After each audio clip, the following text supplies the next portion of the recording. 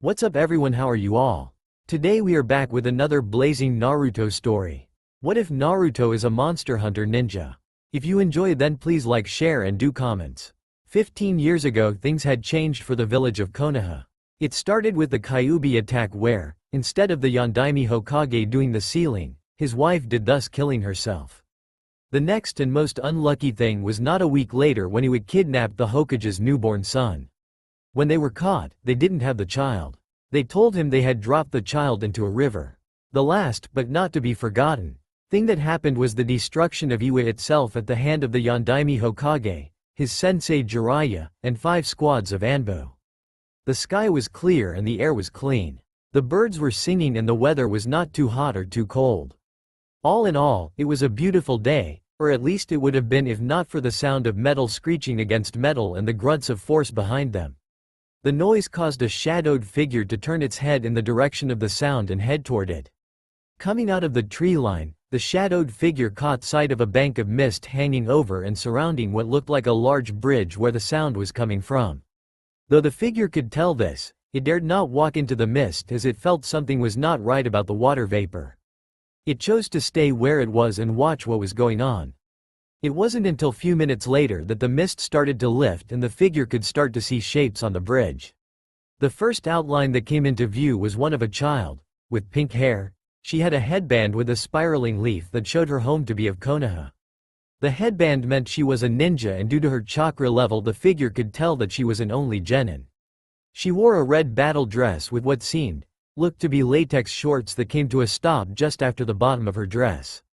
The figure could also see the standard pouches that held her gear. The next shape stood by the first and the figure just knew that he was a civilian. He looked to be about 40 and wore a pair of overalls with a white shirt. There was nothing that stood out about him except the fact that he was shaking like a leaf and looked like he would have a heart attack. Looking out over the rest of the now visible bridge, the figure heard a strange sound, like lots of screeching birds. The figure also caught sight of 2 boys lying down on the bridge, but he kept turning until he saw 2 men. Dogs of all different sizes were holding one down and the other had what looked like a handful of lightning and was charging at the downed one. The figure's eyes caught a blur of another person darting in front of the downed person, intent on taking the blow. Knowing this was ninja business, the figure turned around intent on walking away after marking the leaf Junin's chakra signature for later reference. A loud roar grabbed the figure's attention and it spun quickly and looked up to see a large red creature flying at the bridge. The figure was knocked out of its shock as the creature fired a large fireball at the 2 Junin and 1 Chunin level ninja. Cursing, the shadowed figure ran as fast as it could but knew that it wouldn't have enough time to get all of them out of the way. A few minutes earlier, Kakashi sighed as he heard the telltale grunts of his genins getting the crap beat out of them. He started to make hand seals for his main technique, seeing as how his nin dogs had detained Zabuza. "Look, Zabuza, you're caught. Just give up and I won't need to kill you," Kakashi said as he gripped his right wrist with his left hand. He looked up to see the mist begin to lift and he could slowly see his target. "You know I can't just give up. I have to see this to the end, Kakashi, so just get on with it." Zabuza yelled out as the dogs bit into his arms harder, but no matter how hard he tried, he couldn't shake them off. "I really was hoping that you would just give up. That way I could talk to you without needing to try to kill you afterwards. But know this, I will at least make it painless," Kakashi said over the chirping of his attack. "There's no such thing as a painless death, Kakashi, you should know this. The only thing you can do is dull the pain by making it quick," Zabuza yelled back as he tried moving again only to have the dogs bite harder. "Fine," Kakashi grunted out as he raced towards Zabuza, intent on running him through. The rapid and sudden appearance of Zabuza's help had thrown off that idea. At the speed he was going at, Kakashi knew he couldn't stop or change directions, which meant he was going to kill the masked nin instead of Zabuza. Kakashi was mere meters away from landing his killing blow when a loud roar flooded the area, which prompted both Zabuza and 1 fake hunter nin to look out to sea. Upon doing so were faced with a very bad thing. The thing in question, a fireball, headed right at them, about to hit. "Well, at least I won't be the only one to die, Kakashi's coming with me. If only Haku hadn't jumped in front of me maybe she would have lived," were the thoughts of Zabuza as he closed his eyes waiting for death. What he got instead was a loud explosion going off next to him and himself being flung to the side. When Zabuza opened his eyes, he found that he had been thrown off the end of the bridge and was about 5 feet from the bridge on the dirt road. Looking around, he saw that the side of the bridge was crumbling from the explosion, but the damage was not as bad as it should have been if it had hit the bridge, which meant that something had stopped it. As he looked around, Zabuza saw the form of Haku laying face down on the ground a few feet from him. Moving over to Haku as quick as he could with his injuries, Zabuza went to turn her over to see if she was hurt when a hand grabbed his shoulder and pulled him into the bushes at the side of the road. However, he had a good grip on Haku's shoulder, which caused her to be pulled with him into said bush. When he had the chance to look around, Zabuza came face to face with Kakashi, who had been, up till a moment ago, been his enemy. In the shinobi world, your enemy one moment could be your ally the next, but the reverse is also true. What the hell, Hitaki? Why did you pull me like that? Zabuza growled to the man who ended up shushing him. Don't shush me, Hitaki, now answer my question. Zabuza growled out once more, this time going for a weapon. Look, just shut up for a moment, okay? Kakashi spoke at last as he moved to look out through the bush they were hiding behind. Hearing a moan from behind, Zabuza turned to see Haku slowly getting up and begin to look around until her eyes landed on Kakashi. She reached for her weapons only to have Zabuza's voice to stop her. Haku, don't. He's not our enemy now, leave him alone. Very well, Zabuza-sama, she replied as she took her hand away from her weapons but still kept an eye on Kakashi. Haku, what happened out there? What did you see? Zabuza asked as he glanced at Kakashi. Not much, Zabuza-sama, but I did see something or someone move in front of the fireball before it exploded. Maybe Hitaki-san might know more because of that eye of his, Haku said as she watched Kakashi closely. Well, Hitaki, what did you see? Zabuza asked as he helped Haku to her feet before the same nin that they were talking to pulled them both down. Look, can't you be quiet for a minute? Thank you, now what did you say? Kakashi said as he looked to the bridge and then back to them. I asked what you saw, Zabuza said angrily. Well, it was a person. I know that much, but I'm not too sure they lived because they got hit full tilt by that fireball, Kakashi replied, then looked back to the bridge. What are you looking at? Zabuza asked. What I'm looking at is what caused the fireball in the first place, Kakashi said back as he waved them over to have a look for themselves. What they saw was nothing that they have ever seen before. It was bigger than them, and whatever it was, it looked evil. The beast had a longish neck and a long tail. It stood up on 2 strong, sturdy legs and had razor-sharp claws on both feet and a mouth full of just as sharp if not sharper teeth. It was covered in both deep red and pitch black scales, more red than black, but what got their attention was the 2 huge wings that flapped strongly as the beast brought itself down onto the bridge. What the hell is that?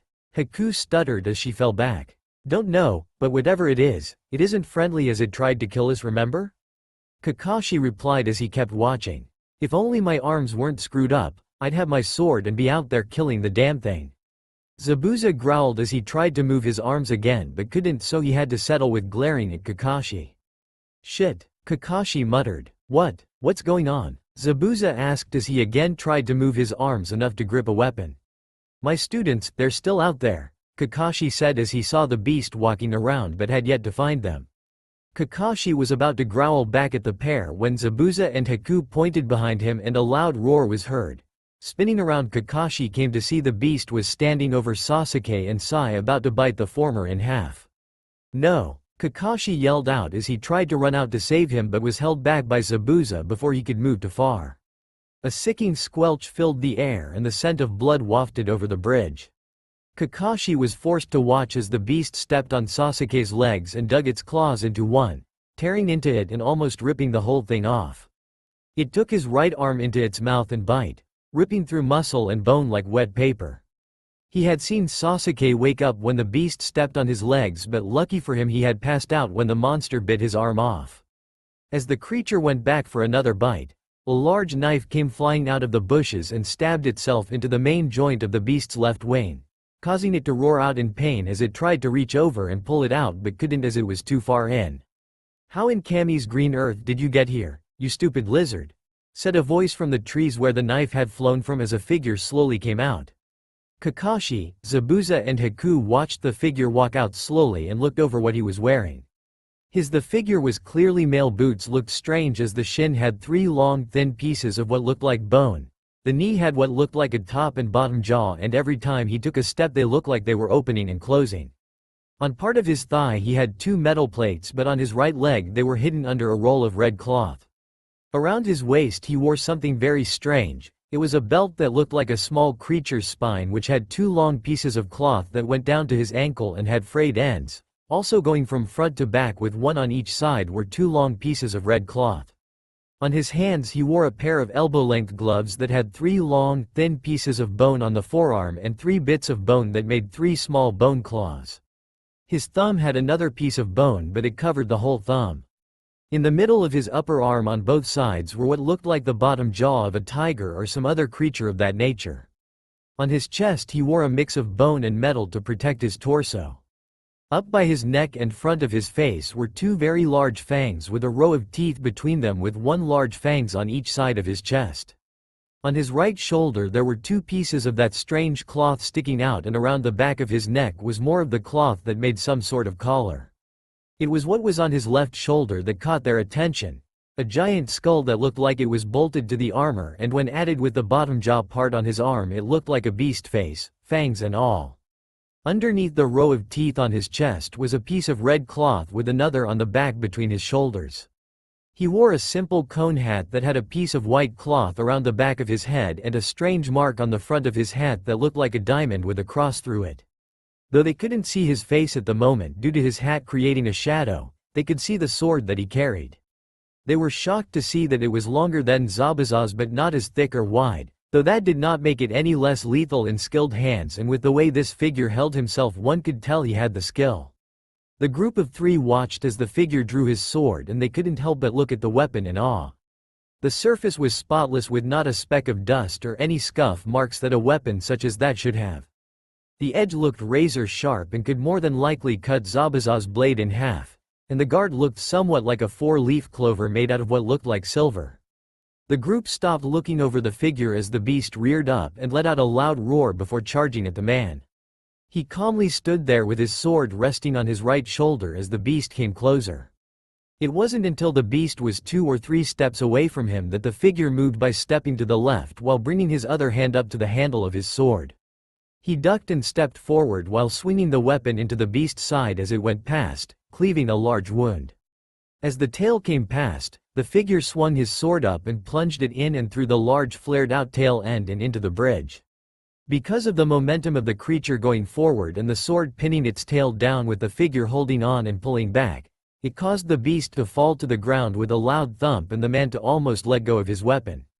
Looking back at the beast over his shoulder, the figure let go of his weapon and ran up the tail of the creature onto its back.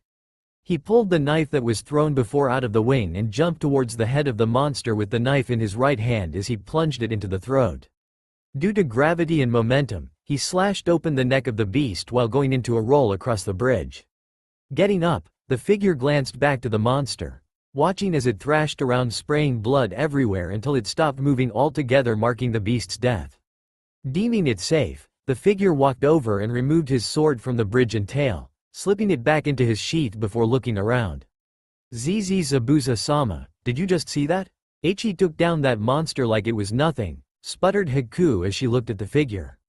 There was no reply from Zabuza as he was in shock at seeing the event that had just happened before his eyes. He knew that he could probably do the same if he was well rested and not injured, but it would at best take him 15 minutes, maybe more, to kill the thing. Kakashi didn't stand there and do nothing. He burst out of the bushes straight to his injured student with Zabuza and Haku behind him. Picking up Sasuke, he was happy to find that he was still alive, though barely, as he was losing a lot of blood.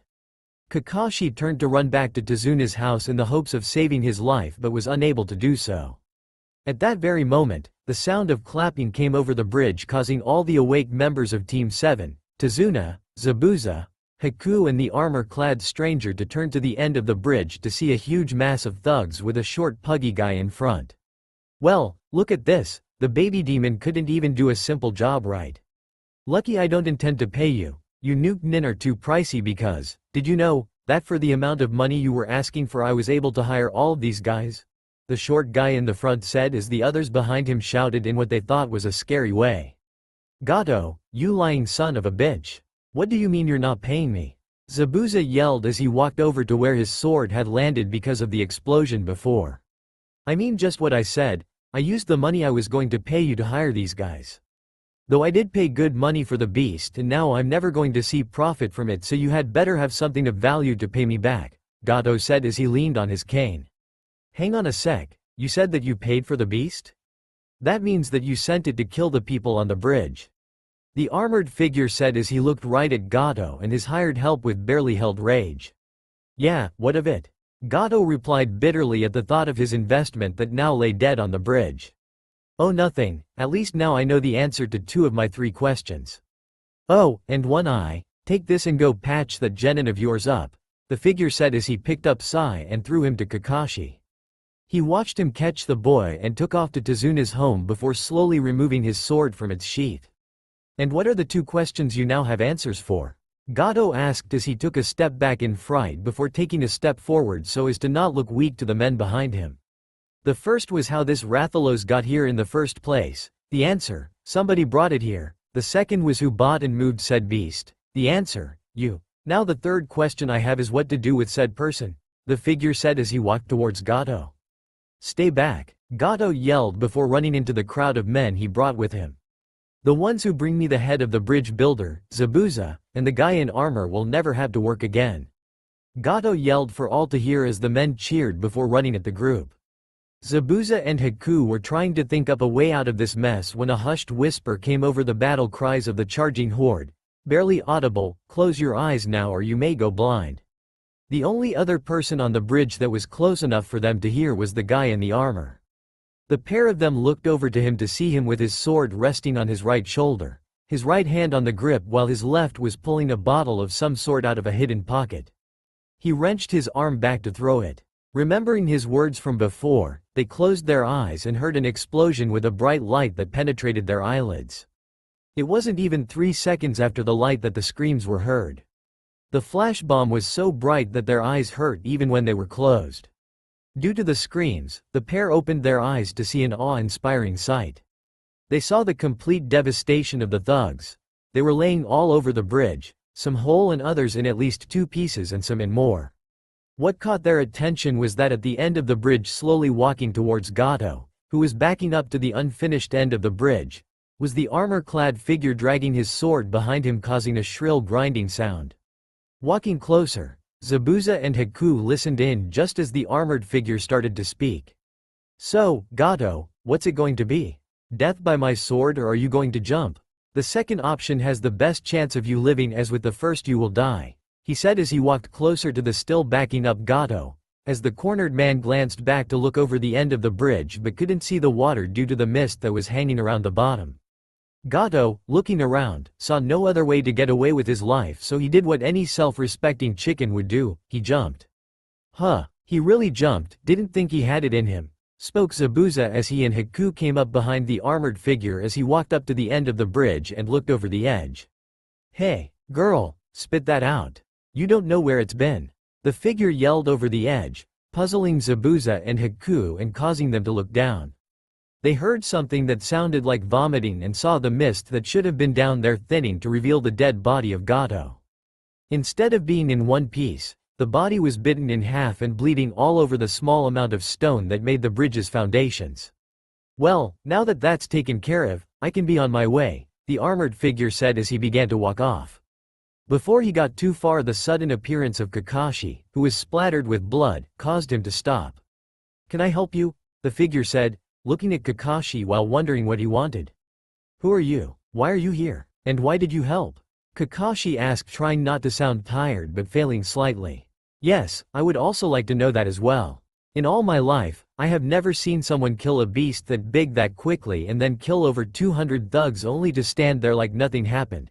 Zabuza spoke up from behind, causing the armored figure to turn his head to look at him and his partner. Can we not talk out here? Who knows what could be listening, the figure said, looking around. I guess. Come, let's go to Tezuna's home. However, Zabuza, I must ask, are you a threat to Tezuna? Kakashi said while inching for his kunai should his answer not be good. You need not worry about me, Hitaki, I have no reason to fight now that Gato is gone. Not to mention that I can't even lift my sword let alone swing it. Zabuza replied with a chuckle before asking Haku to pick up his sword. I see. Very well then, let's go. Kakashi spoke while still keeping an eye on Zabuza just to make sure. It was many hours later that the group of 3 ninja and 1 armored person sat in the lounge room of Tazuna's home. Zabuza and Haku sat on the couch, Kakashi on a chair that he pulled from the table, and the armored person stood leaning against the wall just a few feet away from the 2 groups. The talk they were going to have had to wait until they could get rid of the genin, and Zabuza and Kakashi could get fixed up a bit, and they could eat. That had been 20 minutes ago and the group had been there, just looking at each other since then. I don't know about Zabuza-sama or Kakashi-san, but I would like to know who you are, mister. It was Haku that broke the silence as she asked her question to the figure. When Haku finished speaking, the 3 ninjas looked at the only other person in the room and watched as he pushed himself off the wall and brought his hands up to untie the strings holding his hat on his head. Once the strings were undone, he slowly removed his hat. The first thing the group saw was blonde and red hair that spiked backwards and reminded Kakashi of his sensei because of the brightness of the blonde. The next were his bright blue eye and 3 large scars starting above his right eye at his hairline and going down over his left eye and ending on the side of his left cheek. My name is Naruto. My call sign is Kirin and I'm a hunter, the now revealed Naruto said as he leaned against the wall again. This time, he watched Kakashi carefully because when he had said his name, the man had flinched as if struck and then looked over Naruto as if he was looking for lies. What do you mean a hunter? Haku asked as she looked away from Naruto with a light dusting of pink on her cheeks. Naruto was about to speak when Zabuza cut him off. You're one of those hunters, aren't you? Zabuza asked and got a simple yes from Naruto, which made Zabuza want to laugh out loud at the chance for a good fight. Zabuza-sama, what do you mean, what's a hunter? Haku asked, completely lost. It was Kakashi who answered her question. A hunter is one who trains his or her body to the peak and hunt beasts that make that red one on the bridge look small. They do it without the aid of chakra or any jutsu of any type. They use weapons that make the swords that Kiri and Kumo use look like toothpicks, and that is the reason why Zabuza looks the way he does now, because he would like nothing more than to go all out in a spar with Naruto using nothing but swords. Haku couldn't help but think about monsters that could make the red one look small and scared herself. Her mind then took a different turn and she couldn't stop it as she thought about what Naruto's body looked like because of the training he had gone through. Her face went bright red and she rushed upstairs, and the rest of the group heard a door slam shut. Look, I think we should get some rest as you 2 are still injured and Tazuna needs guarding, Naruto said as he walked outside and over to his small camp that he made. He sat on a log and watched the small fire burn slowly. If he had turned around, he would have seen a small dog running into the trees, heading in the direction of Konoha.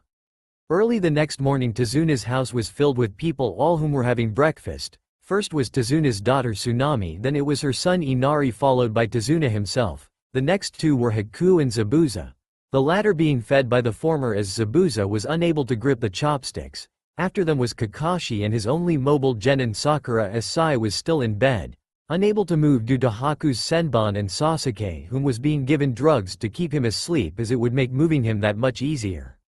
Hearing the door swing open loudly, Kakashi, Zabuza, Haku and Sakura jumped up from their seats and 2 reached for a kunai while 1 went for some senbon and the last went for nothing as his arms were still not working as they should before looking at who it was coming in the door, only to see Naruto, which made them drop their guard. Naruto, if it's not too much trouble, could you not do that again? Kakashi asked as he sat back down with his genin doing the same but keeping an eye on the new person. Sure, came the grunted reply from Naruto as he dropped down onto the couch, his sword falling to the floor. Not exactly a morning person, huh? Zabuza asked as he swallowed a piece of food, causing Naruto to groan. Nothing of the sort, in fact I like mornings, I'm just sore this morning due to taking that fireball yesterday. Naruto moaned out as he lay there on the couch trying to make his sore muscles stop hurting. Hey, I thought you were some sort of super fighter, not some. Said Zabuza before he was smacked by both Haku and Tsunami, the former with her hand and the latter with a ladle. Look, I may be a hunter, but that doesn't mean I can just shrug off a fireball. We're meant to dodge them, not play chicken and come off second best. That's how so many hunters die. Naruto sighed before slowly sitting up and continuing. Hey Tsunami-san, is there a hot spring in town? No, I don't think so, was the reply he got, causing him to groan. I have some creams for sore muscles I can give you. That's if Zabuza-sama allows it, Haku said, looking at Naruto before looking at her master to see if it was alright with him. Her answer was a nod. Seeing Zabuza nod, Naruto started to remove his armor, starting with his shin guards and boots, followed by his waistcoat and arm guards, and last was his chest armor, leaving him in nothing but his pants, which caused Haku, Tsunami and Sakura to blush, and Kakashi and to a lesser extent Zabuza to feel slightly inadequate. Naruto's body is what many would call perfect. His muscles were large but not large enough to get in the way, almost no extra body fat, and he was easy on the eyes, but the thing that drew everybody's attention were the many scars that covered his chest and arms. What? Naruto asked, as the looks he was getting were beginning to get on his nerves. It was Haku who snapped out of her shock first. Nothing, it's just. Well, how did you get all those scars? She asked as she slowly made her way over to him while removing a jar from a scroll she kept on her at all times. Oh, most of these I got from hunting when I was young. See this one? He said, pointing to a large slash that went down his left arm. Got that on from a Shogun Cianator when I first hunted one. I tried to roll under one of its swings, but I got the timing wrong and it got me. Oh, and this one? Naruto said, pointing to a series of long jagged cuts along his chest. Got these from a Yian Garuga, nasty piece of work that one. As he spoke, Haku had taken a seat next to him and had started to rub some of the cream into his skin before she noticed his back. Anyo, if you don't mind my asking, how did you get this one on your back? That one, huh? Well, that one is almost 6 months old. As for how I got, well, the monster I got it from was called a Nargacuga. That fight took 3 days. You see, the Nargacuga calls the deep forest home and knows its home well. It was on the 3rd day when I got hit by its tail, and the armor I was wearing at the time was shredded. Though after that it came over to try to eat me and fell into my pitfall trap, and I set off the explosives I set up and killed it, Naruto said as he remembered that day well. It was the day that his long-lived partner, a black Melinx named Baker, died, killed by the same monster they fought because he took a blow meant for Naruto. In the village of Konoha the birds were singing and the wind was blowing gently. All in all, it was a wonderful day. For most people anyway. In his office sat the Yondaime Hokage, or Minato Namikaze, as he read and reread the piece of paper in his hands. It wasn't that he couldn't read, as he was a seal master, and it wasn't the amount of stuff written down, as there were only 3 lines of words, but the fact remained that he reread it over and over again. The message was simple, but the part that stood out the most was at the bottom. I found him. Snapping out of his funk, Minato called the hidden Anbu from around the room and told them to find teams 8, 9 and 10 and get them here now or hand in their headbands. Sighing, Minato watched as the Anbu left the room in swirls of leaves before going back to thinking about the little note Kakashi sent him. Did you really find him, Kakashi? It's been 15 years already. I'd almost given up. Sigh, if it turns out it's not him, I just might give up for good this time. It was not 5 minutes later that the 3 teams that Minato had called for came walking through his office doors after being buzzed in. You called for us, Hokage-sama? Said a brown-haired, bared and smoking man wearing the standard Konoha Junin uniform with the addition of a small sash with the kanji for fire on it around his waist. Indeed I did, Asuma. You see, I have a new mission that I need your team and teams 9 and 8 to complete, Minato replied to the now named Asuma. Sir, might I ask what mission would require 3 teams be sent out rather than 1? Asked one of the females of the combined group. She had black hair and deep red eyes, and she wore a strange dress that looked to be made of bandages with the addition of a single red sleeve. It's quite simple. I will be sending your 3 teams on 2 missions. The first will be to retrieve one Uchiha Sasuke and aid in his return home, as he has been very badly injured, Minato said sharply before watching the faces of the 3 Junins. Genin changed to a look interest. The second is not quite as simple, Kurenai. I am tasking the 3 teams with another escort mission. However, due to the person being escorted, this mission is of the utmost importance. He answered her after looking in her direction, but before he could say any more he was interrupted by the last Junin team leader. Hokage-sama, might I ask who is the most youthful person we are to be escorting is and where we are to escort said person to? The person asked quite loudly but not quite yelling. He had short black hair, thick, black eyebrows and wore a green spandex bodysuit with orange leg warmers. Please listen carefully because I will not repeat myself. You will not be leading anyone from Konoha, but instead you will be meeting up with Team 7, and once they finish their mission they will join you in escorting someone who is with them along with the injured Uchiha. Back here, as for who it is. Well, from Kakashi's report then you will be escorting back to Konoha, my son. Minato said before stopping and catching the now serious looks on the three Junins' faces. Understood Hokage-sama, we shall leave within the hour and meet with Team 7 ASAP.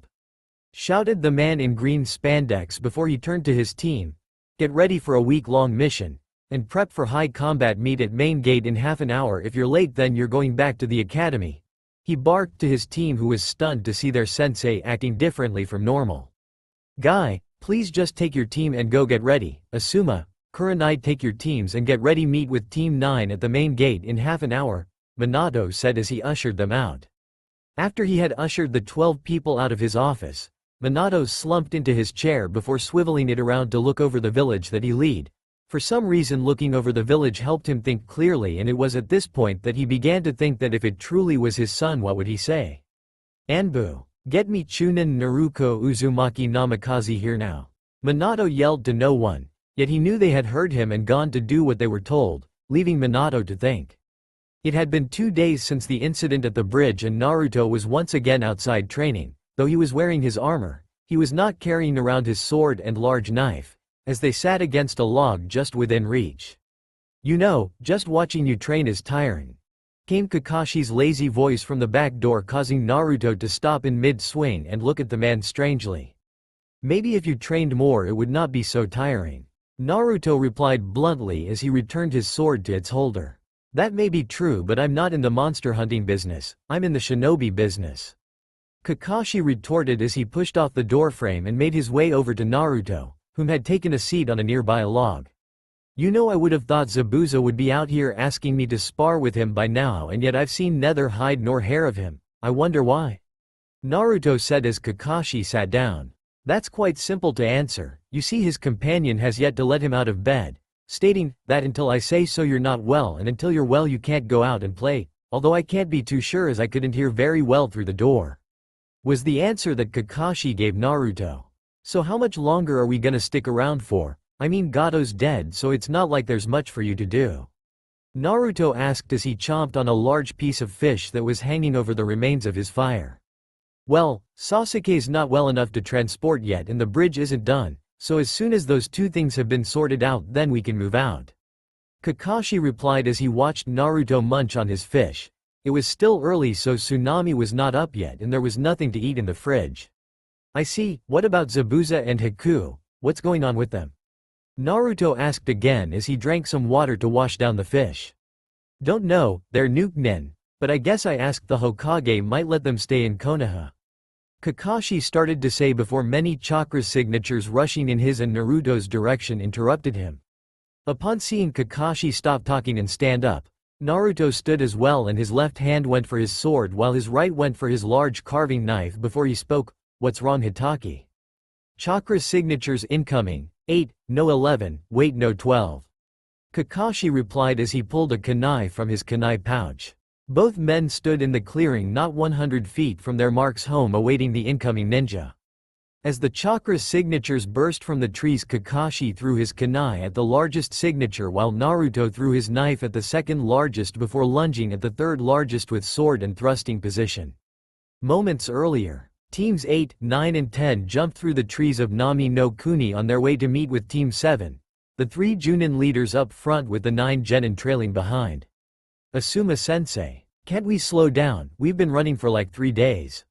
Shouted a platinum blonde-haired girl from the back of the large group. Turning around, Asuma replied, for the 10th time in the last 5 minutes, Ino. No, we're not stopping, we're close. Not even 5 minutes away, so stop complaining or I'll triple the whole team's training. Hearing her sensei's retort and seeing the glares from her teammates, Ino shut her mouth and glared back at her 2 teammates, Shikamaru, a lazy smart ass and all-around bum, and Choji, AFA, big-boned boy whose whole life seemed to revolve around food. Hearing the retort from her fellow Junin, Kurenai couldn't help but speak up. Now Asuma, I'm sure you don't need to go that far. Although with the way your team is lagging behind right now, I think it might be good to up their training anyway. Before Asuma could respond to her statement, the 3rd Junin cut in. I'd agree, Asuma. Your team needs more training. How about having your team join mine for morning warm-ups when we get back to the village? I would not want these youthful genins to become unyouthful. Maybe Guy, just maybe, we'll see to that after the mission if my team need more training, Asuma said after a few moments of contemplation, horrifying his genins, causing them to speed up out of fear. It was at this point that all talk stopped as they were nearing their target location. The group of Junins used a burst of speed to reach the clearing, leaving their genin behind to catch up. Bursting through the trees where they sensed Kakashi's and another's chakra, the three Junin were forced to scatter. A kunai sailed at Guy's head, which he dodged by jumping to the side. Asuma was forced to pull out his trench knives to deflect a short sword from almost cutting him in half, although even with wind chakra flooding through his knives he was unable to take the impact, causing his to fly backwards, and Kurenai was forced against a tree with a large sword piercing clean through said tree not half an inch from her head. "Who are you and what are you doing here?" said a male voice, snapping Kurenai out of her daze. When she realized her position, she tried to get free by using a genjutsu, but the noticeable feeling of a hand around her neck squeezing slightly told her not to try. Asuma? Guy? And is that you, Kurenai?" asked a confused Kakashi. "You know these people, Hitaki?" Naruto asked Kakashi as his hand tightened around the woman's neck as she tried to wiggle free again. "Yes, they're friends from the Leaf. Sarutobi Asuma. Mike, Guy and Yuahi Kurenai, they're Junin like me," Kakashi replied, causing Naruto to let out a sigh and release his hold on the woman named Kurenai's neck, causing her to slide down the tree, as when he had grabbed her by the neck he had lifted her off the ground. "I do apologize for attacking you, for you see I thought you were another nuke nen," Naruto said as he offered his hand to the downed woman, who took it wearily before being pulled up. Kurenai watched as the armored blonde withdrew his very long sword from the tree she was just pushed against, and noticed that as he pulled she could see little arcs of lightning jumping off the blade and scorching the wood of the tree. "Damn it, Kakashi, what the hell were you thinking, attacking like that? One of us could have been injured," Asuma growled as he walked up to said man and smacked him hard across the head. "And what the hell was the big idea of throwing a sword at me?" he questioned the white-haired man, holding up said sword. "That is not his, it's mine, and it's no sword, so if you would kindly give it back so that I might put it where it belongs would be much appreciated," said Naruto as he walked up behind Asuma.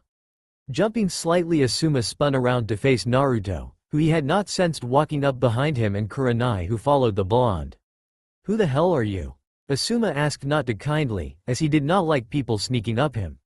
It was at this point that the genin of the three new Junin jumped into the clearing, causing Naruto to spin quickly, wielding his large katana-like blade, almost bisecting one Inuzuka Kiba, were it not for Kakashi stopping his blade with his carving knife, somehow having gotten it from the smoking Junin.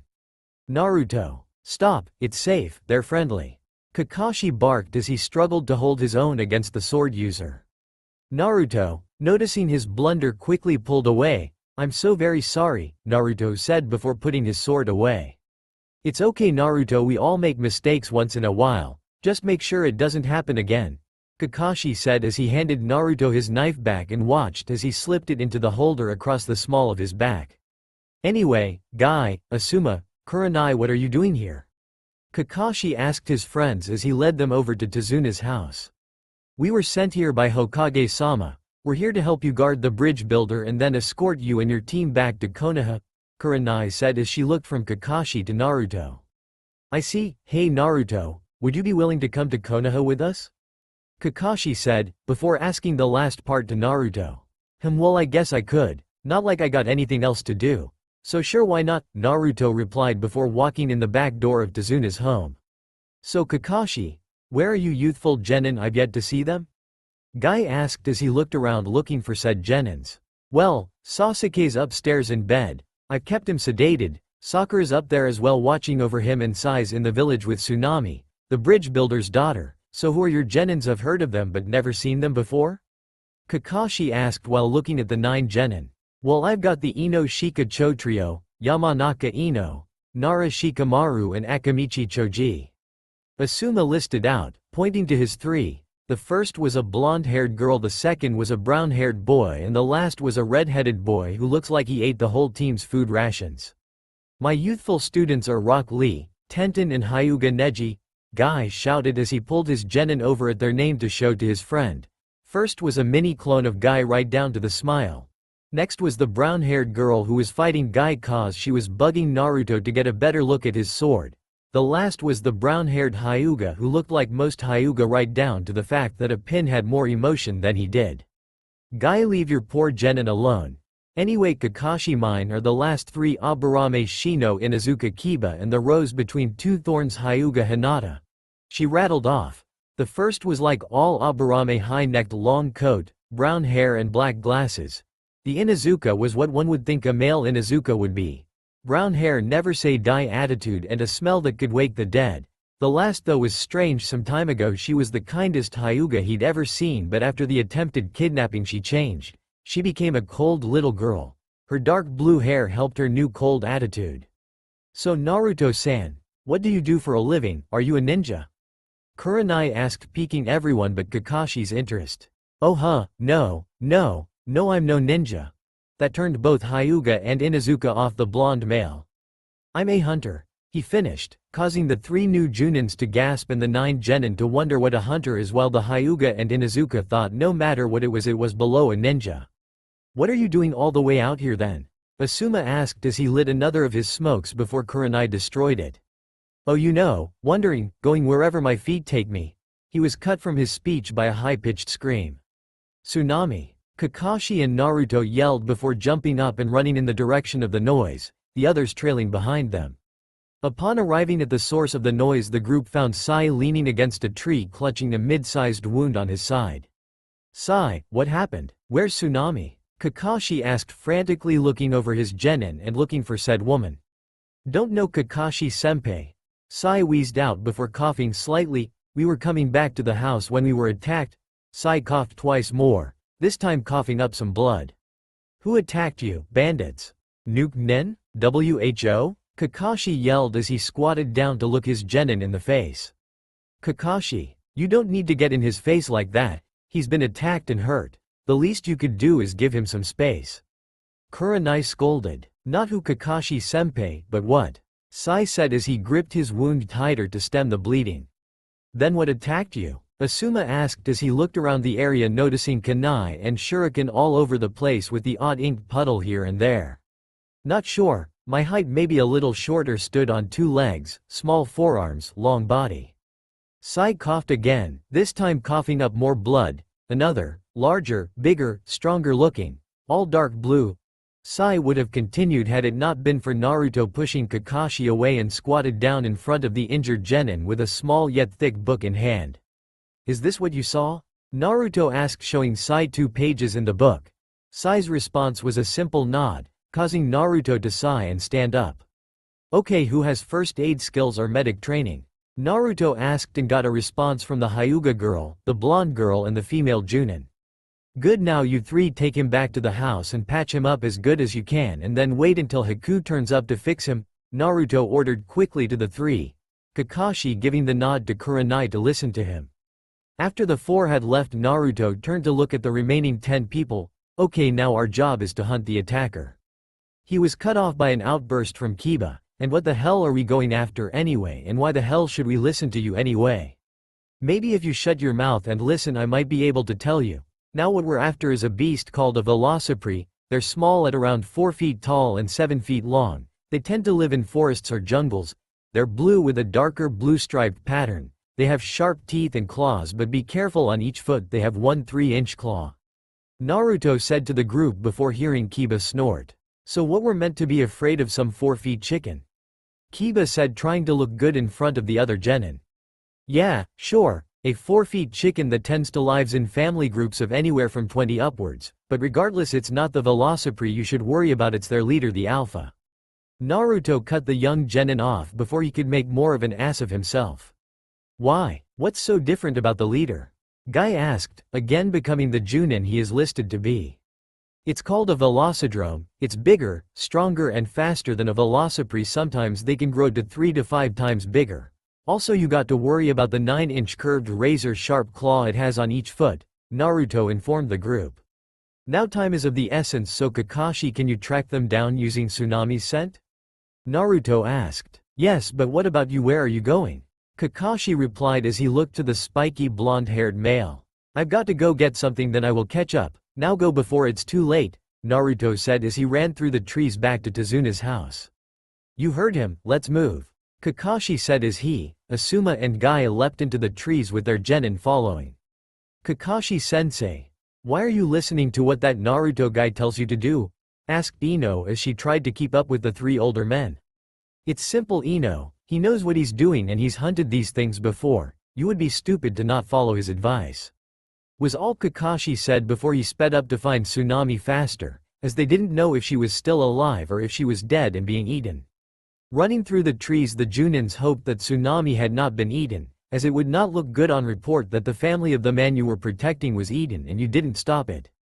The group ran for what felt like hours but was only minutes when they came across something and Kakashi called for them to stop while he inspected what he found on the ground. Everyone stop, we must be catching up, Ha said before standing up. What makes you say that Kakashi? Asuma asked lowly. It's still warm, Kakashi replied, holding up a palm-sized piece of Tsunami's cloths that had a little blood on it.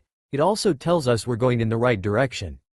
With that said, the group jumped into the trees again, this time moving even faster than before when a high-pitched scream rent the air in their direction, causing them to falter before picking up the pace even more. Upon arriving at the location of the scream, the group found a small clearing with the creatures that Sai had described everywhere. In the clearing there were at least 30 of the bluish lizard-like monsters and another 10 hanging around a tree at the other end of the clearing trying to get at Tsunami, who had managed to climb said tree to escape said beasts.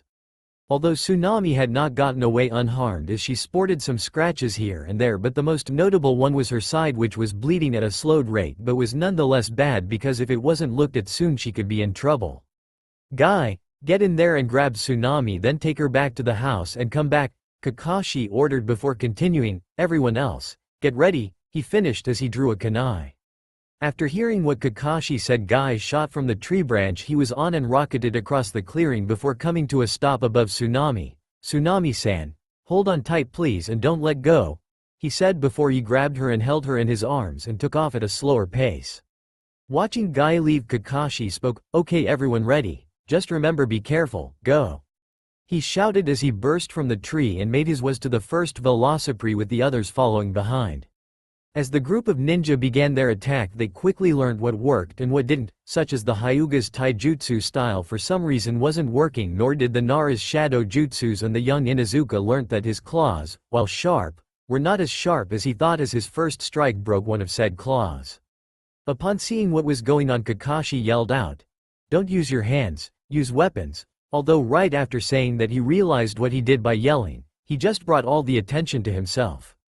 Ducking under a bite from a Velocipede, Lee crouched low before striking hard and fast 6 times to the creature's side, feeling bones breaking with each hit before he rolled away to dodge a Velocipede landing on him with that long claw. Dodging left, Asuma raised his trench knife and left a large wound along a Velocipede's side as it lunged at him before he spun around and cleaved its head from its neck, killing it and leaving the other 3 that had him surrounded to fill in the gap the dead one had left. Choji was not suffering as bad as some, but he wasn't making any real headway, as while his techniques were strong they were also slow enough that the Velocipede were able to dodge them. Shikamaru was doing his best to stay out of the thick of it by sitting on a branch on the other side of the clearing with no fewer than 10 Velocipede under him. Of course, being as lazy as he is, Shikamaru did nothing more than throw a few kunai with exploding tags over to the right before jumping over them, causing the creatures to follow and as such blow up as well. Shino was doing his best to stay as far from one of the Velocipede as possible, as his bugs were having no effect on the creatures and he wasn't fast enough to strike without being struck, his bleeding shoulder being testament to such action. Kiba had started out strong in the beginning of the fight, but once he had realized his claws were no match for the Velocipede's hide, he also knew that Akamaru would also be of no real help. That thought was dashed as said dog barked, warning him to duck and roll left. He did so, and due to doing so he missed having his head crushed or impaled by the feet of a Velocipede. Ducking under a bite from a Velocipede, Lee crouched low before striking hard and fast 6 times to the creature's side, feeling bones breaking with each hit before he rolled away to dodge a Velocipede landing on him with that long claw. Neji was having a hard time, not that he would show it, but because his taijutsu didn't work against the creatures he was forced to use a weapon, although he did find that when held in a particular way the kunai in his hands and his jukin made a very formidable style. Once he found this out, he started to dodge and weave through the Velocipede, striking it where his eyes told him the creature's vitals were. Tenten was not at all happy. Her weapons, while sharp, just weren't cutting it. She found out early on that anything with a point worked very well, but when she tried to use a katana against one, it just hit the creature's side and didn't cut at all, allowing the Velocipede to shrug the hit off and try to bite her.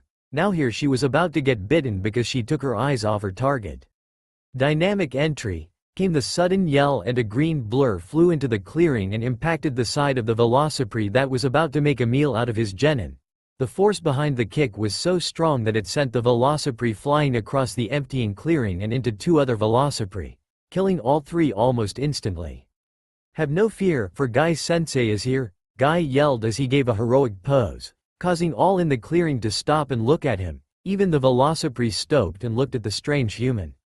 The strange scene was broken by a shrill bark-like call which caused all the shinobi to look in the direction of said sound and the Velocipede to take off in the same direction, which puzzled the ninja greatly, but their puzzlement turned to awe and fear as they watched as a larger version of a Velocipede thumped out of the woods with another 50 Velocipede following it. "Well, I guess that's the Velocidrome," said Kakashi as he looked at the large creature unblinkingly. "Yeah, and I guess that's the rest of the pack," said Asuma as he griped his knives tighter. The still silence that had fallen over the field broke as the Velocidrome gave another call and took off into a dead sprint right at Kakashi, with the rest of the pack trying to catch up. "Everyone, scatter," Kakashi yelled as he ran forwards while throwing 2 handfuls of kunai at the Velocidrome, only to watch in shock as they harmlessly bounced off its hide before he jumped to the side to dodge its bite. The fighting continued in this format for some time before the Velocipede's numbers began to dwindle and the ninjas began to become fatigued. It was at this point that the Velocidrome looked around and noticed its lack of aid and called out for the rest to fall back and run away. Kakashi, seeing what the creature was going to do, tried to give chase and tried to charge up a Chidori, but because of the long battle and his lack of chakra he wasn't able to form the famed lightning attack. What he failed to notice was the very, very thin wires that lay across the ground where the Velocidrome was running. The first sign that something was going on was the small blue wafts of smoke coming of the ground around the Velocipede, causing them to fall to the ground. The next was the Velocidrome's scream of pain as it convulsed and looked like it was being electrified. "Well, would you look at that? You guys did pretty well against those Velocipede," spoke a voice from a bit away from the Velocidrome. The ninja looked over and watched as Naruto walked out of the tree line and over to Kakashi. "You look like you could use a rest," he said as he looked over the rest of the group. Whatever reply they were going to say was cut off as another shrill cry of pain came from the trapped Velocidrome. "Oh, right, best take care of you before you get loose," Naruto said as if he had completely forgotten it was there. Walking towards the Velocidrome, Naruto drew his true devil slicer before stopping just short of the creature's neck. Raising his weapon, Naruto slid into a stable stance and inhaled slightly, held the breath, and exhaled. On the exhale he swung down hard, aiming to take its head off. Well, he would have had the trap he used knob broken, and the Velocidrome jumped just in time to the left and only received a small wound on its neck. Grunting, Naruto pulled his sword from the ground and looked at the Velocidrome. "Well, seems it's your lucky day." He paused as he readied his weapon again. "Well, not really," and with those words he ran at the Velocidrome with his sword trailing behind him slightly but not touching the ground. Seeing the human running at it, the Velocidrome chose to run slightly before jumping, fully intending to sink its claw into the hunter's body. Stopping quickly, Naruto rolled to his left to dodge the falling strike and sprung to his feet before pivoting on his back foot and sending a heavy back swing that caught the Velocidrome's leg and cut in, but not deep enough to injure greatly. Recovering quickly, Naruto closed the distance between them and swung again, but the Velocidrome jumped over the swing and landed the heavy blow on Naruto by landing on his sword, forcing it out of his hands and creating a large gash down his chest plate, which sent him back some distance. Rolling to a stop some 20 feet away from his sword, which was still under the Velocidrome's foot, Naruto stood slowly and pulled his carving knife from its sheath on his lower back and held it in a reverse grip. The Velocidrome lunged at Naruto, who ran forwards and crouched low and sank the knife deep into the creature's leg, so deep actually that it lodged itself into the bone. Seeing that his knife was currently unavailable, Naruto rolled out from under the Velocidrome and made a break for his sword, but a single Velocipede that must have woken up from its sleep and stopped him. Dodging to the left of the Velocipede's bite, Naruto wrapped his left arm around the top of its head and the other around the bottom before twisting until a crunch was heard. Letting go of the now dead Velocipede, Naruto jumped backwards to dodge the Velocidrome trying to cleave into him with its large claw. Standing back, Naruto took a moment to gather his thoughts. No, the fight, okay. I can't reach my sword as it seems to know that if I get to that then it's all over, but what else can I do? My knife is wedged in its leg and don't look to be coming out anytime soon. Damn, what a time to forget my explosives. Sighing to himself, he looked at the Velocidrome and saw it was looking at his sword. Deeming it to be a good time, he turned his head to look at Kakashi while still keeping one eye on the Velocidrome. Yo, Kakashi, I need you and the others to go around and kill all the Velocipede that aren't already dead. Can you do this? Asked Naruto before jumping to the side as the Velocidrome have decided that Naruto has had enough time to talk. Hearing Naruto's question, Kakashi looked around to see some of the Velocipede twitching slightly. No problem, just keep the Velocidrome focused on you, he replied to Naruto, only getting a nod from said male. Rolling to a stop, Naruto stood and locked his eye on the Velocidrome. Without breaking eye contact, Naruto drew 5 small yet wickedly sharp throwing knives from his right sleeve. Just a quick glance one would be able to tell that they were covered with a sort of poison. The Velocidrome snarled, smelling the poison wafting off the knives before running at full tilt at Naruto, trying to kill him before he had a chance to use those knives. Naruto watched and waited as the Velocidrome got closer and closer until it was almost on him when he sprang into action by leaping to the left and throwing 2 knives into the Velocidrome's side, causing said beast to shriek in pain before it turned and gave chase to Naruto. Seeing no other option, Naruto threw his left arm out in front of him and watched as the Velocidrome locked its jaws around his forearm and bit down hard enough to crack the guard. Knowing his plan worked, Naruto threw 2 more knives into the Velocidrome's chest, causing it to release its hold on his arm and allow him to jump back. Dropping his last knife, Naruto clutched his left arm in pain as he watched a few small lines of blood drip from his fingers. Really should think out my plans a bit more, Naruto thought to himself before he was forced to dodge to the left to dodge the Velocidrome, as it seems that the scent of blood made the creature focus on him with great hunger. As he dodged left, Naruto struck out with a hard left hook only to pull it back, hissing in pain right after connecting with the Velocidrome's head. Naruto spent the next few minutes dodging the Velocidrome's attacks as it tried to rip him limb from limb. It wasn't until after Naruto jumped over a bite that he saw that his poison was finally taking its toll on the Velocidrome as it dipped and its head bobbed slightly as it tried to shake off the effects, only to fall to the ground almost completely unable to move. Walking over to the creature, Naruto leaned down and gripped his carving knife with his right hand and giving it a hard yank, causing the Velocidrome to cry out in pain. Taking a few steps closer, Naruto spoke quietly. "Don't worry, I'll make this next part as quick and painless as possible." And with that said, Naruto struck hard and fast, taking the Velocidrome's head off with one swing. Naruto sighed as he turned and walked away from the Velocidrome core while sliding the carving knife back into its sheath, not making it more than 10 feet before he felt the rush of the fight leave him, causing him to fall to his knees and cough up a small amount of blood before looking up to see Kakashi standing over him. "You okay?" Kakashi asked as he leant down to give Naruto a hand up. "For the most part, yeah, but I'd say I haven't fully healed from the Rathalos fireball I took," Naruto replied before catching something out of the corner of his eye which made him turn his head and speak. "I'd not touch that if I were you, Inuzuka. The poison on that blade is strong enough to kill you in less than 3 minutes and there is no known antidote," he said, causing Kiba, who was reaching down to pick up the throwing knife to get a better smell of the strange scent coming off it, to jump back as if the knife bit him. Getting Kakashi to stop, Naruto leant down and grabbed his sword and with a little help from Kakashi slid it into its own sheath before continuing on with Kakashi back to the house, but not before he spoke. "Hey Kakashi, get someone who knows how to handle weapons to retrieve my knives and also get them to seal the bodies into a scroll so we can go through them later. I get why you need someone that knows their way around weapons to get yours back due to the poison, but why seal the bodies?" Kakashi asked as he looked at the younger male. "Cause, not only will leaving them there attract other creatures, but when we go through them and pick out who killed which, then we can find out what type of loot you might get and how much you could make from the kills," was the reply Naruto gave to the other one-eyed man as they arrived at Tsunami's home. Walking in, Kakashi and Naruto found Sai sitting on the couch with bandages wrapped around his midsection, Ino, Hinata and Kurenai sitting at the table and Haku helping Tsunami in the kitchen. "We're back," said Kakashi just loud enough for everyone to hear, and in doing so made everyone turn to look at the pair of them. "What happened out there?" asked Kurenai as he helped Kakashi lead Naruto over to the couch next to Sai. Long version or short? Naruto asked as he was set down on the couch. I think the long version would be forthright at this point, said Haku as she came from the kitchen with her medical scroll in hand. Ino, Hinata, Kurenai, Tsunami and Sai also wanting to know. Naruto sighed as he was faced with 5 people wanting to know the whole story. Fine. Well, as the lot of you know, we found Sai and you 3. He said, pointing to Ino. Hinata and Kurenai took him back to the house. After that I split from the group to go get something from my camp while the others went and followed Tsunami's trail, he said before he tried removing his chest plate with the help of Kakashi.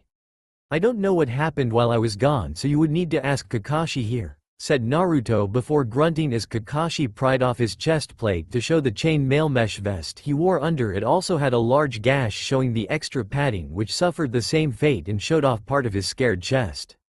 Taking the hint to continue, Kakashi started, well, after Naruto split we kept following the scent trail and eventually found Tsunami in a clearing up in a tree and made our plan from there. He paused as he moved Naruto's torso armor to the floor before continuing. We had Guy grab you while we fought what were they again? He asked Naruto. Velocipede, Naruto replied as he slowly took off his left arm guard. Ah, yes, Velocipede. Well, we fought off the Velocipede with some trouble but none were hurt too badly, though we did learn a few things, said Kakashi as he took up a thinking pose. What type of things? Kurenai asked as she helped Naruto take off the rest of his upper body armor. Well, we learnt that the Hyuga Jukin is totally useless against them and that their hide is very tough enough to break Kiba's claws with ease, and young Shino and his bug jutsu were also non-effective, Kakashi said as he watched as Haku patched Naruto's chest and arm wounds and Naruto thanked said young lady. Is that it? I don't see how Naruto gained such wounds as that was all you ran into, said Kurenai, as she didn't believe that was all that happened. Indeed we did have some other trouble but not from Velocipede but from their leader the Velocidrome, said Naruto as he got Kakashi to help him put on the chain mail mesh vest. Velocidrome? What's that? The female Hyuga asked as she spied the large gouge in the armor Naruto wore. Grunting, Naruto replied to her question, simply, a bigger and badder version of a Velocipede. Is that it? Just bigger and stronger than the little one you were fighting? Said Ino as she sat back down at the table. Not quite Ino but close. While it was bigger, stronger and did kinda the same color but not the same, the Velocidrome has larger claws, fangs and also has a large head crest and its hide is thicker, said Kakashi as he came back in from the back door. When did you go outside, Kakashi, and what for? Asked Naruto with a mix of shock and wonder. Oh, just after I helped you get your vest back on. As for why? Well, I needed to grab something, said the one-eyed wonder before lightly chucking 2 scrolls at Naruto. One small and the other a bit bigger. Understanding what the scrolls were, Naruto pocketed them as he stood only to fall face first to the floor, or at least he would have had Asuma not grabbed him first. Nice save, smokestack, came the witty comment from Zabuza, whom was limping down the stairs. Ah, good to see you up, Zabuza, Kakashi said as he took his seat at the table with his nose in his book. It took some time before everyone was back at the house, and once they were I became painfully aware that the house wasn't big enough for all of them to stay inside, with Tsunami sharing a room with Sakura and Haku, Tazuna and Inari were sharing a room in Sasuke, Zabuza and Kakashi in the last. It was later decided that the others would camp outside, although Naruto needed some help as he was unable to walk on his own and ended up having Guy helping him to his camp, where he spent most of the night tending to his weapons and dividing the corpses of the Velocipede amongst those who fought, going by damage to the body to tell who killed it, and he did this into the night. Somewhere on the edge of Ewood 3 cloaked figures sat around a table outside a tea house talking in hushed tones so not to let other people hear their conversation. You said you'd found something. What is it? Said the one on the right, a slight glint of silver coming from under his cloak. I heard from an elderly couple down the road that someone fitting the description was seen heading to Nami no Kuni about 2 weeks ago. He was walking and taking his time seeing the sights, said the one on the left. A glint of bluish silver sparked from under the cloak he wore. The figure sitting in the middle between the pair didn't say a word and instead just nodded and stood after the others did. A glint of dark blue shone from inside their cloak for a split second before it was gone. Very well, we move fast and try to catch up. If anything, we know he is heading for Konoha, said the now female member before they jumped off, to where no one but they knew. It had been about a week since the Velocipede incident and nothing farther had happened that needed the ninjas or hunters' attention other than helping Tazuna with his bridge so they could go to Konoha faster. The few days of rest had helped heal those that were hurt to the point that they could fight well, but most would need another week before they would be back to full strength. As for the last loyal Uchiha, his stats have stabilized, but they needed to get him back to Konoha soon or he might get worse than he was. His right leg was crushed and broken in many places. His left leg was more or less gone, was the red-winged creature's claws had almost torn the limb off. As it couldn't be put back on ever by a medic of Tsunade's level. His left arm was just gone. The creature had eaten it and nobody was sure they should try to retrieve it. Kakashi sighed as he sat on a log by the fire of Naruto's camp, thinking of the tongue lashing he was going to get from the Hokage while watching the genin of the whole group training. Their senseis walking around helping the genin. Guy was sparring with Lee. Neji was sparring with his cousin. Tenten was throwing random weapons at many targets. Wait a sec. Was that a mace? He shrugged his shoulders and looked at the other genin. Kiba was bouncing off trees with Akamaru. Shino was crouching near a shrub talking to bugs. Asuma was playing chess with Shikamaru. Choji was doing slow punches to a log between handfuls of chips and Ino was getting help from Kurenai with her genjutsu. Kakashi sighed again as his thoughts turned to his own team. Sakura had not done anything other than see to Sasuke and walk around in a daze. He was beginning to think she might drop from the ninja program altogether when they get back to the village. Sai on the other hand didn't want any help as his style was something that Kakashi couldn't help with as it relied on drawing and his skill with that tanto of his was great for a genin. Hearing a noise from behind, Kakashi turned to saw Naruto coming from the tent he slept in. "Morning sunshine, finally awake are we?" he said to the hunter teasingly. "Laugh it up, Hitaki, I'll wipe the smirk off your face at some point," Naruto replied as he sat down on another log by the fire and ate a small bar from his pocket. "You know Zabuza has been waiting for you to wake up so he can fight you?" said the one-eyed nin. Grunting in reply, Naruto downed the bar before reaching for a fish that Kakashi had placed above the fire some time ago. "You're lucky he's not here right now cause that girl Haku took him into town to help her get some stuff and to keep him out of trouble, but that was almost an hour ago, so eat fast cause you don't know when he's gonna be back," said Kakashi before looking at the genin again. Gulping down a bite of fish, Naruto spoke up, "Why aren't you teaching your own students Hitaki? Don't feel like it?" he finished before taking another bite.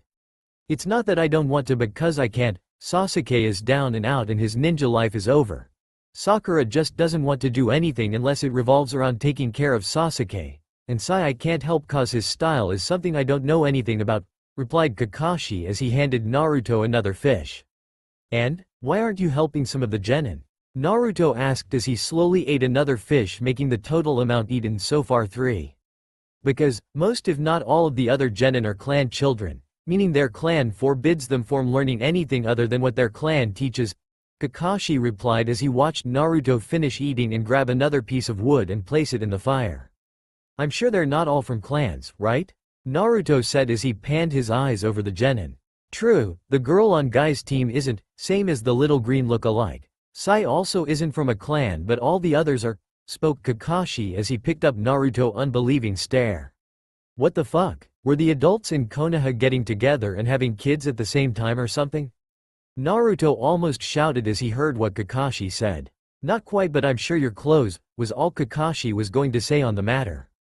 The pair just sat in silence as they watched the genin train, Kakashi with his ever-present book in his hand and Naruto deciding to sharpen his sword. It wasn't long into their self-appointed tasks that they had lost track of time and continued what they were doing with machine-like focus, and many hours passed.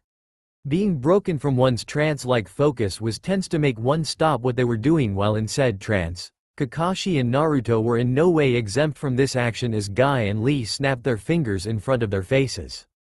"Kashi! Kakashi! Ruto-san! Naruto-san!" shouted Guy and Lee, finally catching the pair's attention. Whether that was a good thing or not was another problem altogether.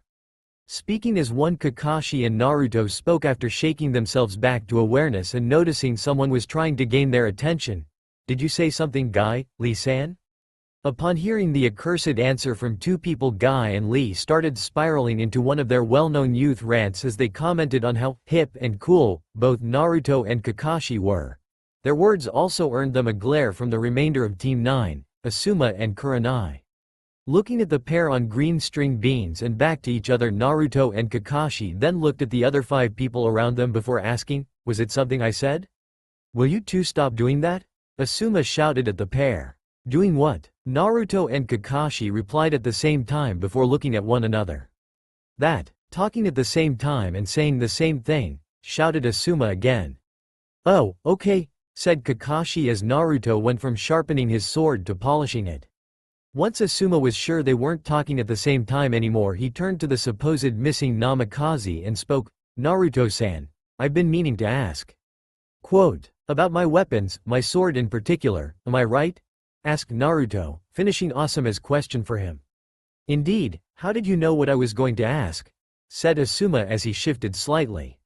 "Simple, everyone asks the same thing, but I guess I could answer a few things. What do you wish to know?" Naruto said to Asuma while out of the corner of his eye he watching the brown-haired girl from Team 9 inching closer. "Your sword, I've never seen anything like it before, where did you get it?" Asuma asked as he eyed said sword. Chuckling slightly, Naruto answered while withdrawing said sword from its sheath, "Of course you've never seen a sword like it before. Swords like this are only made overseas. As for where I got it, I had it made." "Really?" asked Tenten as she eyed her reflection in the blade's surface. "Indeed, swords like this aren't rare at all. In fact, they're quite well used as many hunters use them or other weapons of the sort, whether they be great swords, dual swords, sword and shields, lances, bows, bowguns, gunlances, hammers or hunting horns," replied Naruto as he gave some examples. "So, if I wanted one just like yours, how much would it cost me?" asked Tenten with stars in her eyes. "One just like mine?" Naruto asked while thinking of the price. "Yeah, just like yours," was her response. "That's not a good pick. My blade is worth more than most make in 2 years. Hell, if I sold it as is right now it's worth 70,040 Z, said Naruto as he placed his weapon back in its sheath. "Z? What's Z?" asked the young brown-haired girl. "That's our currency. Over here in the elemental nations you use what's called Ryo, right? Well, over in the hunter's realm, which is what we call the lands that we hunters live on, we use what's called Z," replied Naruto as he answered the question. "And, you said your sword was worth 70,040 Z, so that means it should be 70,040 Ryo, right?" asked the young weapon-using girl. "While you would be right most times, in this instance you are wrong, as the going rates of money from the hunter's realm and the elemental nations are different. What this means is that Ryo and Z aren't the same price, as 1 Ryo isn't 1 Z, cause 1 Z is 10 Ryo. So my sword being 70,040 Z would be." He trailed off once he began to see the telltale signs of her understanding what was being said. 700,400 Ryo, said Kurenai as she sat, shocked at the high price of what she thought was a simple piece of steel. Seeing that the answer had stunned the others in the group, Naruto stood before moving over to his tent and placing his sword inside it, where he sighted his armor and sighed as he just knew it was going to be a while until he could get it fixed. Seeing Naruto sigh, Kakashi could only guess his thoughts centered on his mostly destroyed armor and the problem of getting it fixed. "I don't think we have a good enough blacksmith back in Konoha to fix his armor, which means he might want to go back home to get it fixed. No, I need to get him to Konoha, to Minato-sensei," Kakashi thought as he watched said young man move about inside his tent as if looking for something. Hearing something from behind, Kakashi turned to see Zabuza standing behind him. Having sensed the sword user, he didn't panic when he heard the sound of someone behind him. Turning back to look at Naruto, Kakashi noticed that the other Genin and Junin had gotten over their shock and started to talk to one another, and Naruto was holding something in his hand. "Something you want, Zabuza?" asked Kakashi as he tried to figure what it was that Naruto was holding. "Not really, but I thought you would like to know that Tazuna has finished the bridge and we can be on our way by morning. I'm also to tell you about the party being held that has more than likely already started and the villages would like us to attend," said the eyebrow-less swordsman loud enough for everyone to hear, which caused them to look at both him and Kakashi. "I see, well then I guess that means that we can leave in the morning," said Kakashi more to himself than to anyone else before standing and speaking loudly for everyone to hear. "Okay. Everyone, we're leaving in the morning. So I want you to pack your gear and be ready to move come sun up. Once you have your stuff packed you can go into the village and have fun, but remember that we're leaving in the morning, and if you're not up then I douse you with a bucket of cold water from the lake, understood?" Hearing the genin confirm that they heard Kakashi was about to sit when Zabuza spoke up again. "Oh, and Naruto. There's an old guy in town looking for you. He said to give you this." Once Zabuza had finished speaking, he held out a letter which Naruto came over and took from his hands before reading. After a few moments, Naruto folded the letter and placed it in his boot. "What was it, Naruto?" asked Kakashi once Naruto stopped reading. "Nothing much, just a reply from someone I sent a letter to." "Oh, and Kakashi, have you figured out a way to transport that cripple of yours?" replied Naruto before sitting down. "No, not yet. I figured we'd just strap him to a couple lengths of wood and carry him back." "Why?" was Kakashi's reply as he looked at the hunter. "'Cause if you already had a way to move him then that was fine, but if you didn't then I was going to offer that the guy that Zabuza was talking about has a large wagon that we could put him in so that we wouldn't need to carry him and we can move faster," Naruto said before slipping another piece of paper into his other boot. "Can we trust him?" asked Asuma as he looked between the two. "Yeah, he's from home. He came to set up a store as a blacksmith in Konoha and knew I was in the village, so he's offering a ride back," was Naruto's reply to the smoking Junin. "I see, very well. Go talk to him and ask if he can help us, then come back and tell me. Also find out if he's good to leave in the morning," said Kakashi before getting up and walking away to pack his own gear. Watching the others stand and move about their tasks, Naruto was broken from his musing by a hand being placed on his shoulder. Looking from the hand to the owner of said hand, Naruto saw Zabuza standing over him slightly. "Something you need eyebrows?" he asked the black-haired, sword-using ninja, not once taking note of the twitch where his left eyebrow should be.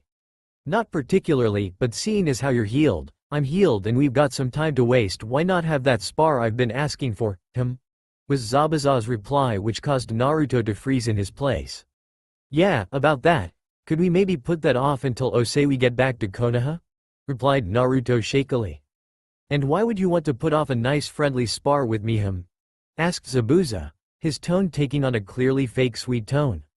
"Quite simple really, if we wait till we get back to Konoha then we should be totally healed by then and our fight will be that much better," Naruto responded before glancing to the left and back to Zabuza.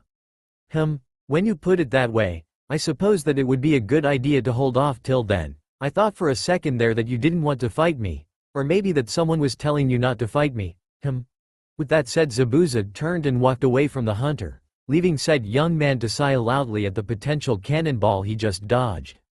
The night had gone just as everyone had thought. There was food, drink and people dancing, although the town and most of the genin had gotten into the party pretty early. The only few that didn't were Neji, Hinata, Sakura and Sai.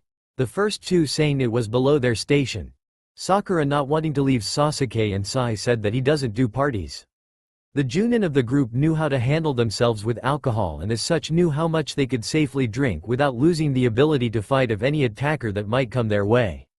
Thought that was only with the Junin from the Leaf, as Zabuza had drunk a fair amount and Haku was forced to follow him around all night to make sure he didn't kill someone by accident. However, through the entire night not one person had seen Naruto since he left earlier that afternoon and none saw him until morning. Waking up slowly, Zabuza couldn't quite place his current location as the sheer amount of sake he drank last night had gotten quite out of hand. Reaching up, Zabuza rubbed the sleep from his eyes before looking around the room he was in. Light pink walls with dark blue edges. A simple brown dresser on the other side of the room. Placing his hand on his head, he tried to recall the last few clear memories. He remembered two women, one brown-haired, the other blonde. Next was more sake, and finally he remembered a game of poker with 5 other people. He remembered winning a large hand before leaving with the 2 women. Everything after that point in time became fuzzy. Smirking to himself at the thought of himself getting lucky and scoring even while drunk, he looked down to the bed he was laying in and took notice of the 2 bodies on either side of him, their hair just sticking out from under the covers, one brown, the other blonde. Grabbing the covers and pulling them up, Zabuza got a good look at the blonde and brunette he was sharing a bed with and let loose an ear-piercing girlish scream. Kakashi jolted to a stop while drinking his tea due to hearing a man's girlish scream of terror. "Fear not, my good man. For wherever you are we wish you the best of luck," he said lowly, not knowing that he was praying for one Momochi Zabuza. "Hey, Kakashi, quit muttering perverted nonsense and get your ass moving. We're waiting for you and Zabuza at the bridge so we can leave," shouted Naruto from the doorway. Okay, geez. I'm coming, no need to hound me. I was just on my way now anyway, so let's go, was Kakashi's reply as he stood up and made his way to the front door where Naruto was waiting. Upon arriving at the bridge, Kakashi saw that the whole village was gathered to see them off, and in a small part of himself he was happy that they could help where they could. Shaking himself from his thoughts, Kakashi followed Naruto over to the other Konoha ninja and Haku. Seeing Naruto coming back over to them with Kakashi in tow, Haku looked for her master but found he was nowhere in sight. Once Naruto and Kakashi came closer, she voiced her thoughts. Naruto-ku-san. She fixed quickly, hoping none noticed her near slip. Where is Zabuza-sama? Was he not at the house? Hearing Haku's question, Naruto turned slightly to look at said girl before answering, afraid not. He wasn't there when I got there, but I left him a note on the door, so if he goes there first instead of coming straight here, he will know where we are. Hearing the answer, Haku nodded her head, seeing the logic in his actions, and stood to his right before turning to see Tazuna leading the villages over to them. Once they came a little closer, the other genin turned to greet them. We have waved, don't think we could ever fully repay or express out thanks to you for your help in freeing our small village from the grip of that evil little man. So it is with our greatest wishes that we say thank you for all you've done for us, said Tazuna, before bowing lowly to show his thanks, with the other villagers doing the same.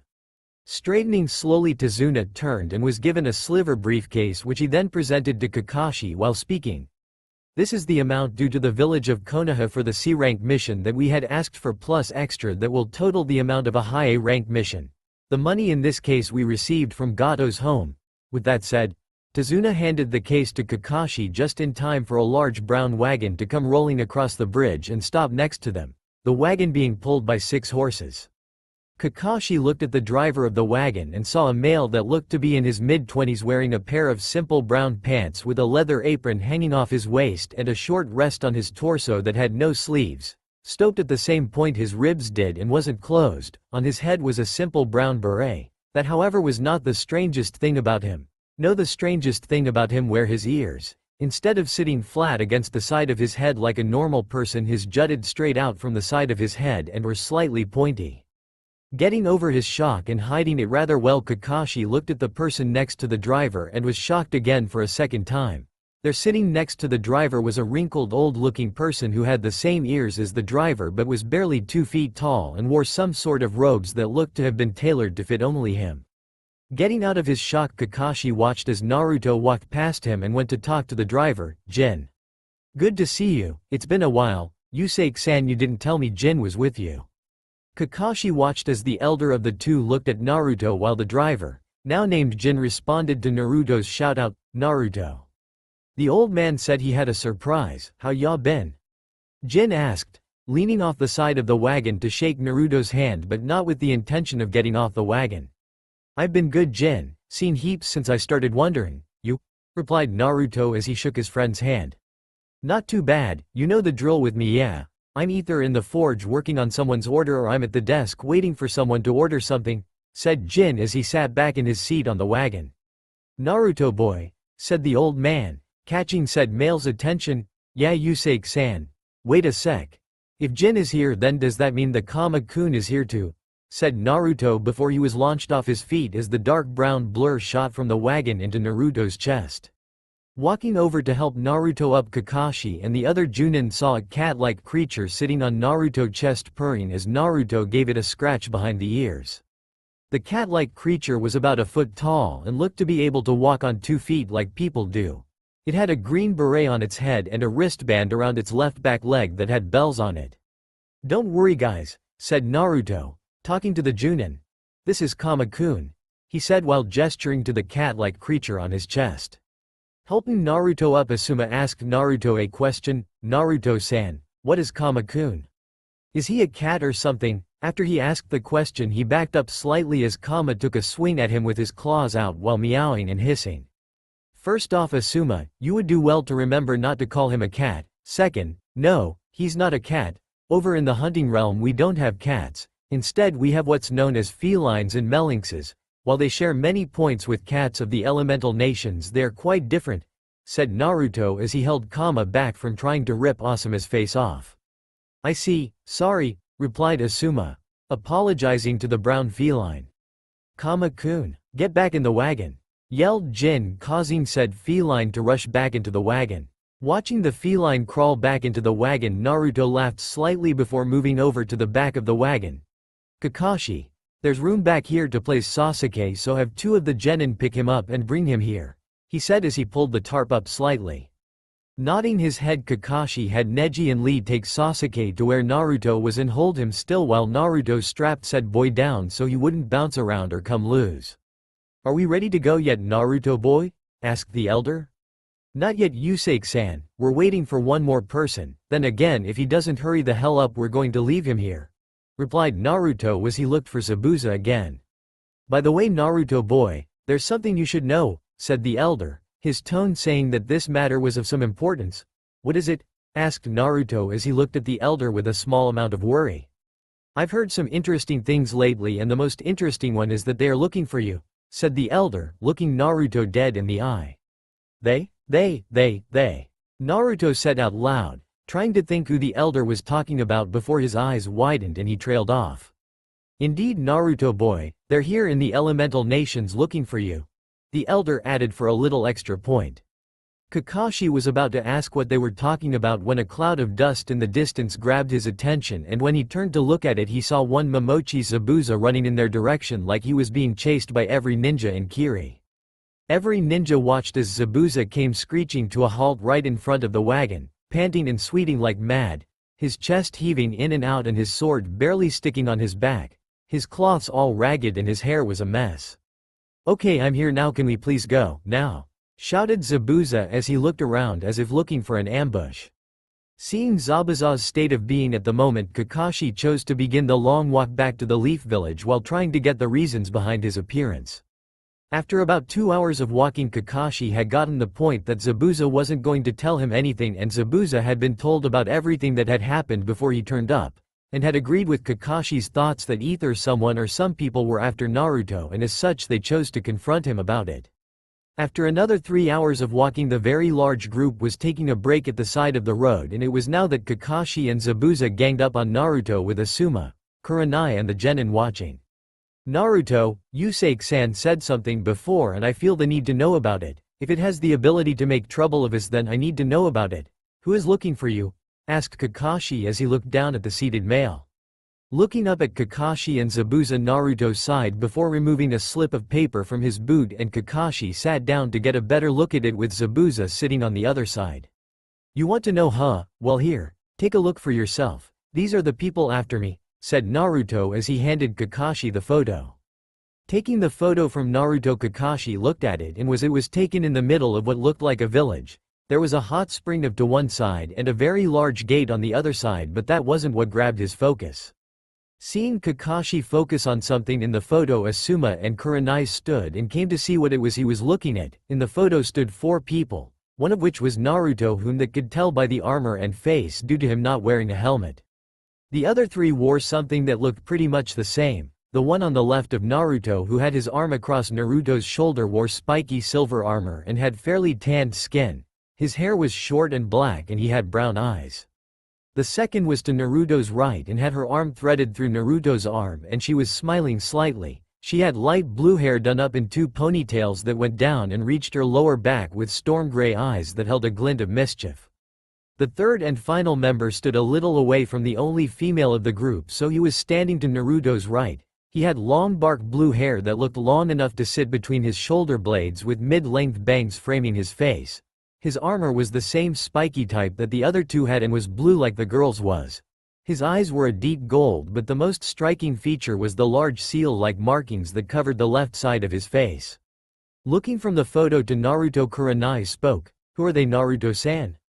They are my hunting team from back home. The one with the silver armor is Alex. The girl's name is Cilia and the remaining male's name is Ryoma.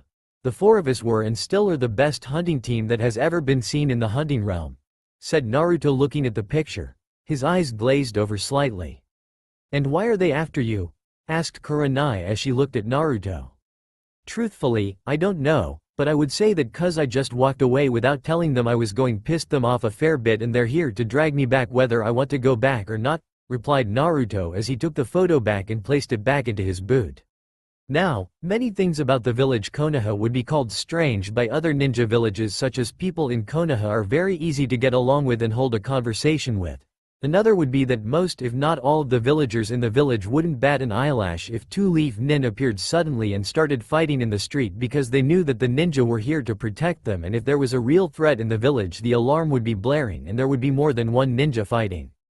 As such, normally the villagers would just look at a group of ninja walking through the village before going on with what they were doing beforehand. This was not the case in this instance, as every villager they passed stopped and turned their head to get a second look so fast they should have gotten whiplash.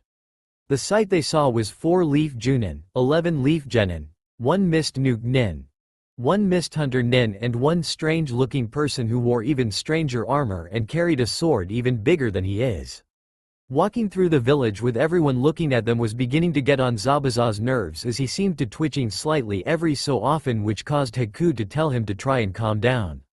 Arriving at the Hokage Tower came too quick for some and not quick enough for others, and as they made their way up the stairs, Zabuza, Haku and Naruto could feel the eyes watching them as they continued. Upon reaching the door to the Hokage's office, 4 Anbu dropped down in front of the group before a 5th joined them moments later. "Hitaki Kakashi, the Hokage is awaiting you in his office, and we have been told to let you and all that came with you to enter, but before we can, we require that the Mist Nuke Nin, Mist Hunter Nin and the unknown armored man remove all armor and weapons, or we will be forced to use force to remove them ourselves," said the Anbu that jumped down last as she held out her hand. The reaction that was given was what one would normally accept from just about everyone who was being told to hand over their weapons. Zabuza reached for his sword and gripped the handle tightly while slipping into a stable stance that let him attack any direction. Haku followed her master and slid into a loose stance that gave her the ability to move quickly as Senbon made their way into her hands, and Naruto reached into his pack and pulled a small green bottle with his left hand while his right grabbed and drew his carving knife, while he seemed to glide backwards 4 feet, putting some distance between him and the Anbu. Seeing the actions of the above-mentioned people, the Anbu themselves slid into their own stances and got ready to attack. Upon seeing the Anbu and Zabuza, Haku and Naruto getting ready to fight, Kakashi and the other Junin tried to defuse the situation. "Zabuza. Naruto, what are you doing? Just dive them your weapons, you'll get them back later once it's been confirmed that you're not a threat," yelled Kakashi. "No can do, Kakashi.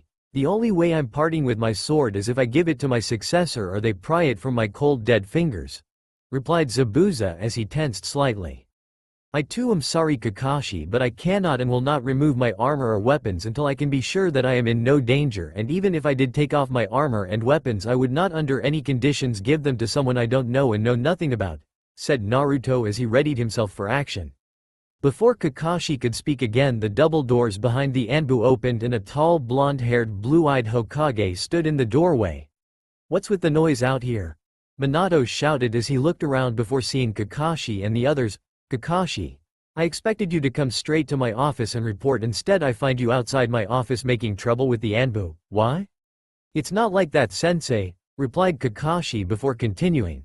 "We just made it up here when the Anbu dropped down and stopped us while telling us that Zabuza, Haku and Naruto needed to hand over their weapons and armor before going in, and just before you came out the 3 of them pretty much said hell no and were about to duke it out with the Anbu," he said before noticing his sensei wasn't even looking at him anymore. And indeed, Minato wasn't looking at his student anymore. While he heard everything Kakashi said, the moment he heard the name Naruto come from his mouth, Minato scanned the group before landing on the one that matched the description that Kakashi had given him at the letter. Having the leader of the strongest village in the elemental nations looking at you like he was trying to look through you made anyone nervous, and Naruto was no exception to this feeling, though at the same time he did get a good look at the Hokage, and to say he was stunned was putting it lightly. The Hokage looked almost just like he did. Shaking himself out of his thoughts, Minato spoke. "Anbu, stand down and let them through. Should them make the mistake of attacking me, then I will deal with them, otherwise I want you to let them pass even if armed. Teams 7, 8, 9, 10 along with guests, please follow me and come into my office," was all he said before turning around and walking into said office with the mentioned people following. Upon walking into the room, the doors closed and shimmered a light blue, indicating a silencing seal had been activated. Watching the Hokage sit in his chair and face the group had Zabuza, Haku and Naruto tense slightly as if to defend themselves for any attack. Seeing the large group, Minato spoke, trying to remove the tenseness in the room. If it's not too much trouble, I would like to hear the report of the mission from you, Kakashi, he said, watching Kakashi straighten out slightly. Of course, sensei. After we left the village, we traveled by foot at civilian pace for 2-3 days when we came across the demon brothers from Mist. After defeating said Nuke Nin and tying them up, we continued on into Wave. He stopped here to regain his breath and see if his leader had anything to say. Seeing Minato didn't say anything, Kakashi continued. After making it into Wave, we were attacked by Zabuza, where he tried to talk us into giving up the bridge builder by saying if we did he would let us go, after which we fought and I injured Zabuza, but a hunter Nin came and finished him off. At the time I didn't know it was his ally Haku due to my low chakra levels, and after she took Zabuza and left I passed out. He stopped this time because Minato held his hand up to stop before turning his head to Zabuza. Is what he said correct, Zabuza-san? Minato asked as he looked at the mist Nuke Nin. Indeed, Hokage-sama, it is as he said, just not in great detail, was the reply Zabuza ground out. Very well, Kakashi, continue, said Minato, looking back at said person. Hearing his sensei tell him to continue speaking, Kakashi did just that. Over the next week and a half I recovered from my chakra exhaustion while teaching my team the tree climbing chakra control exercise. Kakashi stopped for a moment due to seeing the Hokage looking at him with a look that clearly said they were going to be having a very long talk after all was said and done. After which myself and my genin went with Tazuna to the bridge and found Zabuza and Haku standing there. I had Sakura guard Tazuna, and Sasuke and Sai attacked the hunter Nin while I fought Zabuza. It was after some fighting that Haku had beaten both Sasuke and Sai while I had beaten Zabuza and was about to strike him with my Chidori when Haku threw herself in front of my attack, where I would have run her through if it weren't for the large fireball impacting the side of the bridge and throwing this all away. Kakashi stopped to gather his thoughts of what happened net before speaking. It was here that Genin Uchiha Sasuke was injured by a large red and black dragon-like creature and lost his arm and leg before being saved from being killed by the timely arrival of Naruto here, who upon arriving killed the beast in a matter of seconds and aided in the defense of the bridge when Gato arrived with a large amount of thugs intent on killing all of us in our weakened states.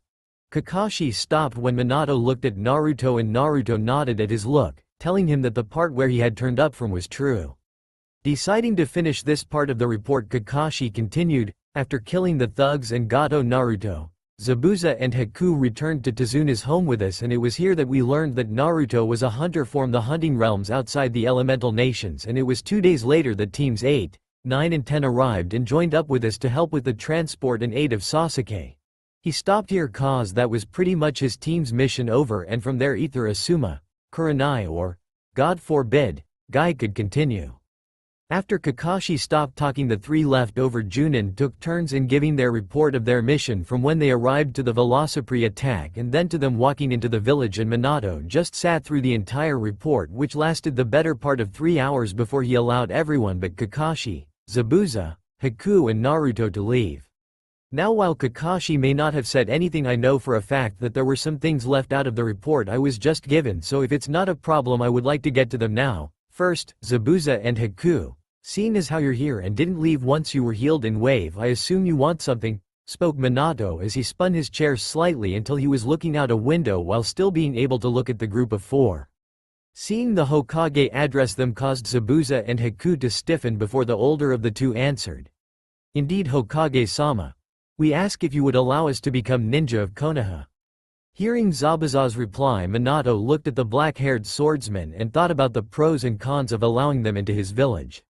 You must understand, Zabuza-san, that most villages, if not all, don't allow Nuke Nin to become ninja due to the fact that they can't be trusted. Your own stats speak to this, as you tried to assassinate your own Kage. Now your reasons behind doing so are your own, but one must ask if there is the possibility of you doing it again, said Minato before taking a small breath while holding out his hand to stop Zabuza from speaking before speaking again. Not only that, but you are a Nuke Nin of another village and a former member of their highest ranking station. Here Minato paused for effect before continuing. As such, I suppose I will allow you to become a ninja of Konoha, as I never really liked the Sandaime Mizukage, and seeing as they're in a civil war at the moment I don't think they really care. But know that you will be under 24-hour watch for the next month and a half to prove you're not a threat, and while I won't ask you to inform me about your village, I expect you to do the same for my village," finished Minato as he watched the emotion flash across the faces of all those present. "Thank you, Hokage-sama. It means a great deal to us that you've allowed us to stay. You won't regret your decision," replied Zabuza as he bowed to Minato, with Haku following in doing so moments later. Nodding his head, Minato opened one of the drawers of his desk and dug into it before pulling out 2 Konoha headbands and throwing them to the 2 brand new Konoha nin. After watching Zabuza and Haku put their new headbands on, Minato turned his eyes to Naruto. "Now, Naruto, Kakashi has informed me of some troubling news about some people coming after you. I need you to tell me all you can in the event that they attack you in my village," Minato said as he leaned forwards with the intent to ensure that Naruto got the point of how important it was he got that information. Seeing the Hokage more or less ordering him to give up the info, Naruto stood his ground and figured that if his old team were coming after him, he was going to make them work for it because he had no intention of going back anytime soon. "Fine, but understand that what I tell you might not help, as I only know the skills they have either shown me or told me about, and I need your word that what I say doesn't ever leave this room," replied Naruto as he looked Minato dead in the eyes. "Very well, you have my word as the Yondaime Hokage that what is said in this room will never leave said room. But, in the event that your friends attack the village in their attempt to get to you, I will use the info you give me to fight them to full effect," replied Minato before receiving a nod in response from Naruto. "Very well, we'll start with the odd one out." He handed the picture of him and his team to Minato before continuing, "The female of the group. Her name is Cilia. She's our main medic, as she normally carries all the healing salves, but that doesn't mean she's weak by any means, as she is what we call a jack of all trades, cause she can use all weapon types to some level, but she mainly sticks with to the long sword and bow as her main weapons. Her personality is normally cold to everyone, but when with friends and only friends will she relax slightly," said Naruto as he watched Minato jot down what he had said. Continuing from where he had left off, Naruto kept speaking. "Next is the one in the silver armor. His name is Alex. He is probably the smartest one of the 4 of us, almost on par with that Nara kid in that dude Asuma's team. He comes up with our plans and whatnot for when we hunt, and is a bit better with long swords than Cilia. He's also 3 years older than Cilia, who is 2 years older than me," finished Naruto before taking a deep breath before moving on to the last of the group. "And last but not least, and the oldest of our group. His name's Ryoma, and he's 4 years older than Alex. While he's not the smartest of the group, he has the sheer skill and drive to do just about anything. He normally uses a long sword like the rest of us, but it's very well known that his skill with any weapon is as masterful as it can be without being called a master while using it. He also has a slight defect in his body with his chakra, and as such that black mark on his face is in fact a huge seal that covers half of his body. Why there's a seal on him, the seal is unknown to me, as he's never told us about it," finished Naruto as he sat back down in the chair he was sitting in some time ago. A feeling in the back of his head said that he had forgotten something, but he couldn't think what it is. "Is that all you can give me?" asked Minato as he looked over the info he had in front of him. "Yes, that's all that comes to mind, which may be of some help should anything happen. If I come up with anything else, then I shall inform you as soon as I can," replied Naruto as he placed his hands on either side of his head. "Very well, you, Zabuza and Haku may leave and find a place to stay for the moment until I find a place for you that's more permanent," said Minato as he waved his hands to the door. Hearing the Hokage allow them to leave, the 3 stood, bowed and walked out of the room before the door closed behind them, leaving Minato and Kakashi in the room alone, and the silence was somewhat painful for Kakashi as he was going through the thing that his sensei Kidder would wish to talk to him about, and he held on ideas that he wasn't going to get away without getting in trouble.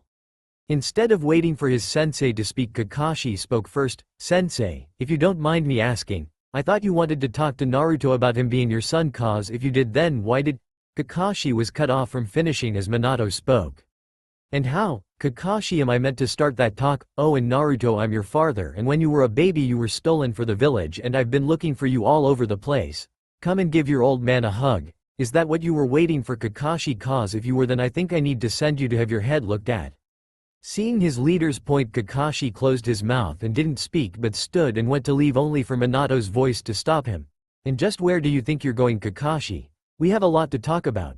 With that said, Kakashi knew he was in big trouble, and as the saying goes, when the shit hits the fan. Getting off the boat and onto the largest island in Nami no Kuni, three cloaked figures walked around the village taking in the sights of the village as it rebuilt. I thought this place was under Gato's control? What happened?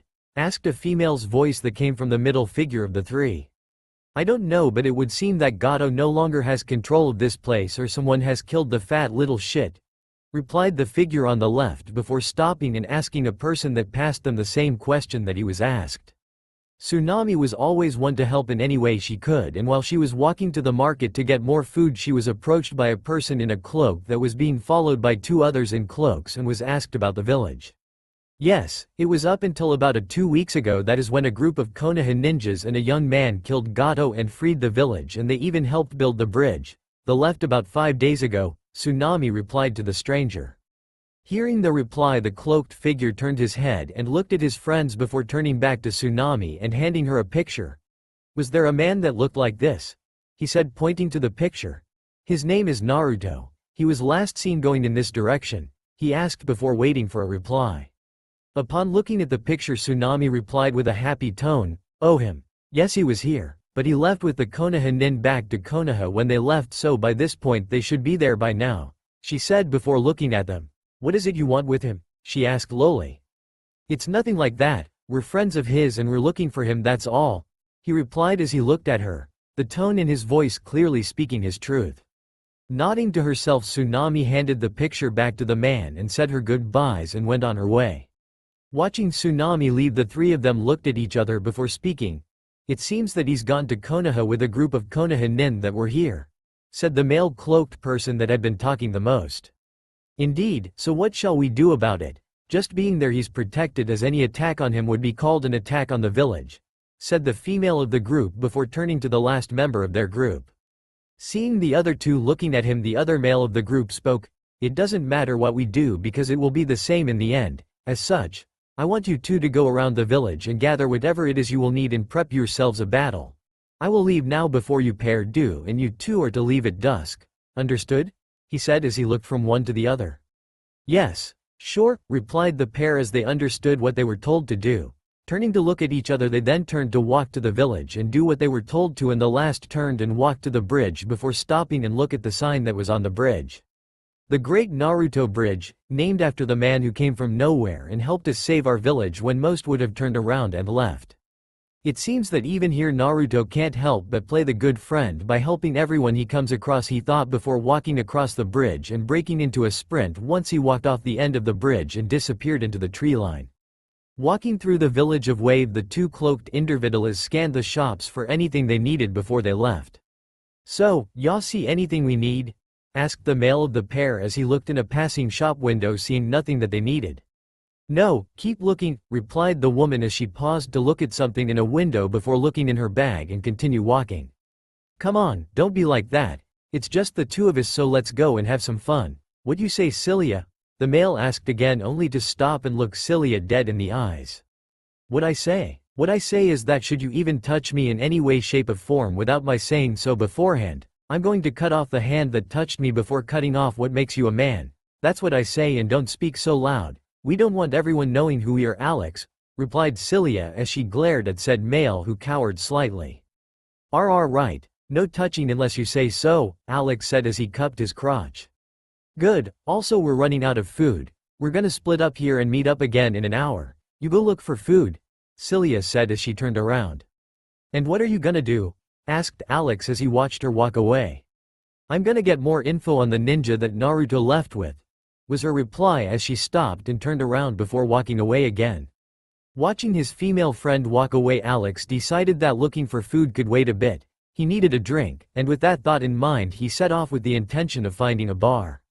Of course, had he known that all the bars had been burned down after Gato's death due to them being where he had his thugs hang out at while they weren't doing anything, he might have gone looking for food first and save himself the heartbreak. 2 streets away, Cilia got a strange feeling. "I get the feeling that Alex has just made a poor choice and is going to pay for it later," she thought to herself before shrugging it off and going about her task. If there was one thing that Naruto had to say about the Leaf Village, then it would have to be that Konoha is beautiful. Even while raining as it was now, the village just had that air about it that made it so. Staring out the window of the apartment that he was placed, Naruto looked out at the rain-soaked street as he allowed his mind to wander with thoughts of everything he saw and did the past few days and his friends. Friends, that was a word that he didn't think he had the right to say that or call them that anymore, not after he left them with even a goodbye or a by your leave. Hell, he didn't even ask if they wanted to come with him whatsoever. Other than that, he didn't even know if he was ever going to see them again to say he was sorry for what he did. A flash of lightning broke him from his thoughts as he watched the small rainstorm evolve into a full-blown thunderstorm. A knocking at the door drew his focus and he stood and made his way over before opening it and coming face to face with a snake-masked Anbu. "Can I help you?" asked Naruto as he watched the Anbu do a quick once-over of his person before answering. "No, I'm simply here to inform you that Hokage-sama has requested your presence and I am to take you to him." Naruto nodded his head slightly in understanding. "Very well, just give me a moment to grab my gear and I shall be right with you." With his words said and the Anbu's nod, Naruto walked back into the living room to retrieve his stuff. Looking over his gear, Naruto chose not to don his armor and instead just grabbed his sword, craving knife and equipment pouch after sealing his armor into a scroll. Closing the door and locking it behind himself, Naruto allowed the Anbu to grab him and moments later they were outside the Hokage's office. With their job done, the Anbu knocked 3 times on the door before leaving in a puff of smoke. Lightly stunned that the Anbu just left him without any words, Naruto almost missed the Hokage inviting him in. Walking into the office through the large double doors, Naruto saw the Hokage seated in his chair and that said chair was facing the large window that overlooked the village. "You requested to see me, Hokage-sama?" "Indeed I did, but please, call me Minato. You're not one of my nin, so there should be no reason that you must address me as such," Minato replied without ever turning his chair to look at Naruto. "Very well, what was it you wanted to see me for, Minato?" said Naruto as he tried to cover up his verbal stumble. Turning his chair slightly so that Naruto could see his eyes, Minato spoke. "Nothing much, however. Moments ago I was given a report." He nodded his head to the folder on the desk. "Which in itself is quite normal. However, what is in it is," Minato finished by motioning Naruto to pick up and read the report.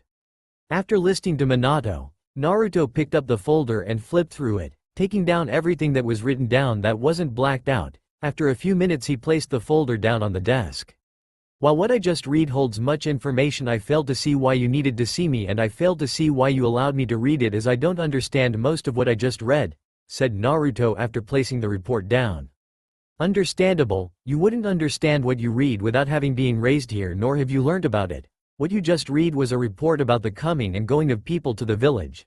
Seeing that Naruto still didn't totally understand what he was talking about, Minato continued. "Every person that enters the village is recorded by the guards at each gate, except of course out Anbu squads that are leaving or coming back from missions, as they don't go through the gate. Also, a few miles from the village there is a barrier that tracks any and all people that cross it by their chakra." Seeing as Naruto still hadn't figured it out, he kept going. "The records department and the barrier department joined together, and as such I know of every person who comes and goes from the village and how many people are in the village. However, that report says that there was one less chakra signature recorded than the amount of people signing in through the gates.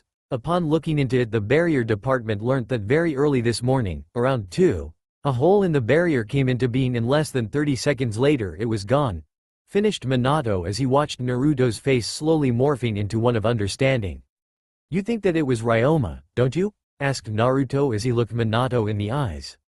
"Indeed, you did say that he can't be sensed and he wasn't. However, his breaching of the barrier has caused me unrest, as we don't know if it was just him or if he came with that other 2. The hole was there long enough that they could have all gotten through," Minato said as he turned to fully look at Naruto. Naruto thought over what he had just been told and he couldn't quite understand it. Why was the Hokage telling him this? "I know what you are going to say. Why are you telling me this?" "Well, it's quite simple. We can't sense him. Him coming through the barrier was one thing, but not even the best sensors in the village can pick up even a whiff of him. Since you know him best, I thought it wise to ask you what he is doing. We know he's in the village, but beyond that we're pulling a blank, so I ask you, what is he up to?"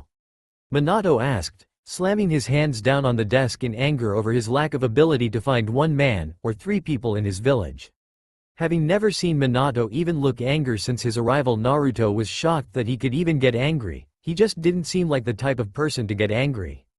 Taking a deep breath and sitting in one of the chairs in front of the Hokage's desk, Naruto thought about what he was asking. Have you told the other Junin about it yet? Naruto asked Minato, and all he got in reply was a shake of the head. I think you should call them in and tell them so I can tell them and you what I know and you won't need to tell them yourself, Naruto said as he placed his hands together in his lap in a thinking pose. Anbu! Shouted Minato. He continued after a moment when a monkey-masked Anbu appeared. Saru, I want you to send a message to all Junin and my daughter to attend a meeting in 10 minutes. Now go. He finished and watched as the Anbu bowed and left in a puff of smoke. Your daughter? Isn't she a Chunin? Naruto asked. The Junin he could understand but his daughter he couldn't. Yes, my daughter, she may be a Chunin but that only cause she hasn't taken the Junin exams yet. She's holding back in taking them till after the Chunin exams in a few months, replied Minato while he thought of his daughter. After Kushina died and Naruto was stolen, he had recalled Tsunade. At first she refused to listen and after a few tries of getting her to come back on her own, Minato sent out Jiraiya, Kakashi and a few other Junin to get her back, and a week later they brought her back. Though most of the retrieval group needed help, they still brought her back in one piece. After she was healed and she had healed those she hurt in her defiance, he spoke to her at length about some things that were of great importance, one of which was his missing son and dead wife. It was here that Tsunade told him of a chance to have a child. It wasn't perfect but there was a chance. He took the chance. Kushina had given Tsunade a few of her eggs to place in stasis and using those eggs and some sperm from him they were able to fertilize said eggs. Out of 6 eggs, only 1 survived the process and was grown in a tank till she was the right size for a baby that was grown in a mother, and then she was taken from the tank and raised normally, or at least as normally as one could be raised in a ninja village.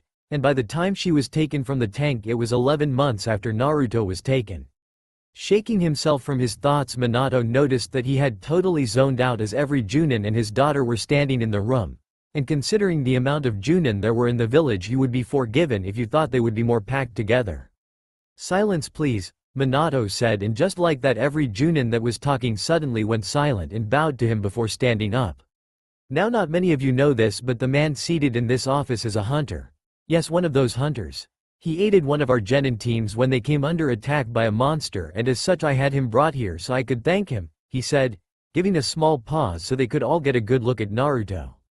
However, I had him brought to me even though I had been told that he was being followed, tracked and hunted by fellow hunters. Why? I don't know nor do I care, because I have spoken at length to Naruto, that is his name, and I know what type of person he is and I know he means no harm to the village. He stopped again to let them think on what he said before continuing. This morning I received a report that tells me that at least 1 and at most all 3 of the people after him is in the village, and has been since 2 this morning. Normally we would have found them by now, but it seems that one of them has the ability to conceal himself from our senses, and as such I've asked you all here to help look for them, and Naruto here is going to give us any information that might help to find them. With his part said, Minato sat down while giving Naruto the nod to start speaking. Seeing the Hokage give him his turn to speak, Naruto stood and walked over to Minato's desk, so he was standing in front of all the nin in the room. Thank you, Hokage-sama. Now, the 3 that are hunting me I know quite well. The first, Naruto drew a scroll from his pocket and unsealed a picture that they had enlarged a few days ago. This is one of them. His name is Alex. He wears a suit of armor that is silver in color and uses a sword that is as long as mine. My sword is a little longer than Zabuza's, who is standing in the back of the room. Another thing you need to know is that his sword has an ability that makes it explode upon cutting a target, and it is quite sharp. Also you need to be careful of his mind. He is very smart and is a deft hand at turning a bad situation around before you know it. Removing the picture of Alex, Naruto placed the picture of Cilia on the desk. Next is Cilia. She wears a blue version of Alex's armor. She is a combat medic, I guess, as she carries all the healing supplies. She uses a sword like me and Alex, but she also uses a bow. While she may not be the best, she is able to handle herself. Any questions so far? Naruto asked. A fairly nondescript Junin in the middle spoke up. A bow? What? How the hell is that gonna hurt us? We're ninja, not samurai. His speech was backed up by a few others in the crowd. True, what could a normal bow do against a ninja? But I didn't say this was a normal bow, did I? No, this bow is as tall as most men are in some cases. bigger and fires an arrow longer than a katana, and even a novice user can put out one arrow every 3 seconds. If you can't figure it out on your own, then that's 20 arrows a minute, and most master bow users can put out an arrow every second, if not more, Naruto replied as if schooling a child. Finally, Naruto removed her picture and placed the last one down. Now the last one. This is Ryoma. He normally wears the same type of armor as Cilia, but he has been known to change to fit the battle. He is far more lethal to fight straight up, as he is more or less a master of the weapons he uses. He normally uses a long sword like the rest of us, but he also uses from time to time a great sword, which is kinda like Zabuza's blade, twin blades, swords and shields, bows, bowguns, heavy bowguns, lances and hammers, along with a few more that I won't name. Also, he is the one that can't be found by chakra sensors. He also has a defect that prevents him from using chakra even though he has chakra to use. Naruto finished and placed the picture away and turned back to the group of Chunin and was about to speak when a Chunin came barging into the room and forced him way to the front. Hokage-sama, 2 of those people you told us to look out for just entered the village through the east gate and are headed for a training ground. He heaved out, trying to catch his breath. Standing up and moving so fast it looked like he just teleported, he stood in front of the Chunin. Minato grabbed him and demanded to know which training ground. 27, sir. It's the large one with the semi-deep lake. He was cut off from saying any more as Naruto shouted for everyone to hear. Scatter. Naruto yelled right before something came flying through the window and exploded in the room, blowing out all the other windows and doors and injuring most of the Chunin in the room. After the explosion died down, Minato gently moved the Chunin off of him. Said Chunin had dived and tackled him when Naruto yelled to scatter, and as such was hurt quite badly. Standing up, Minato saw Naruto picking himself up off the floor near his desk. Said desk was now only half as big as it used to be. Guy, Kakashi, Zabuza, Asuma and another Chunin named Gekko Hayate helped each other up and over by where the door used to be. Kurenai, Anko, Haku, his daughter and Azuki Yugo were unharmed cause they were far away from the explosion. Turning to Naruto, Minato spoke. What the hell was that? That, Minato, was most likely Ryoma getting our attention. If you meant the explosion, then I don't quite know. Crag rounds need to impact first and 5 seconds later they go off. If it was a clus round, then there would be a whole lot less of us. Though judging by the explosion, I would say it's only a level 2.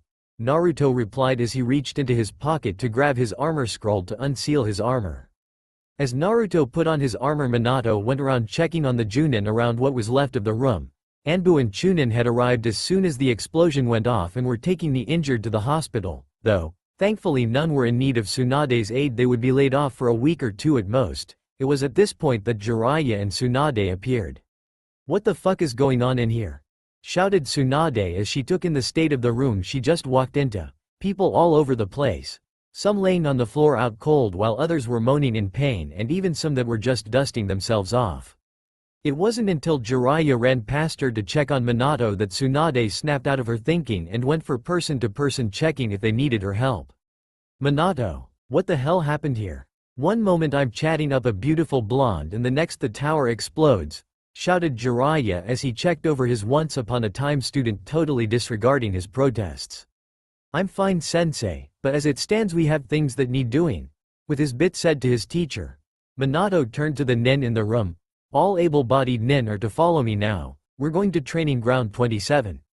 Some Chunin groaned, trying to show their displeasure at not being able to go with him, but instead chose to give those that were going with him, they being Naruto, Jiraiya, Kakashi, Asuma, Kurenai, Anko, Hayate, Yugo, Zabuza, Haku, his daughter, and when she was finished Tsunade, a look that told them to look after him, cause they could see that they weren't dealing with a ninja here but someone different, and they didn't want to take any chances. After having a brief look around the nin and hunter that were coming with him, Minato took off across the rooftops. He didn't want to just flash there in the off chance that they learn what he can do before they fight.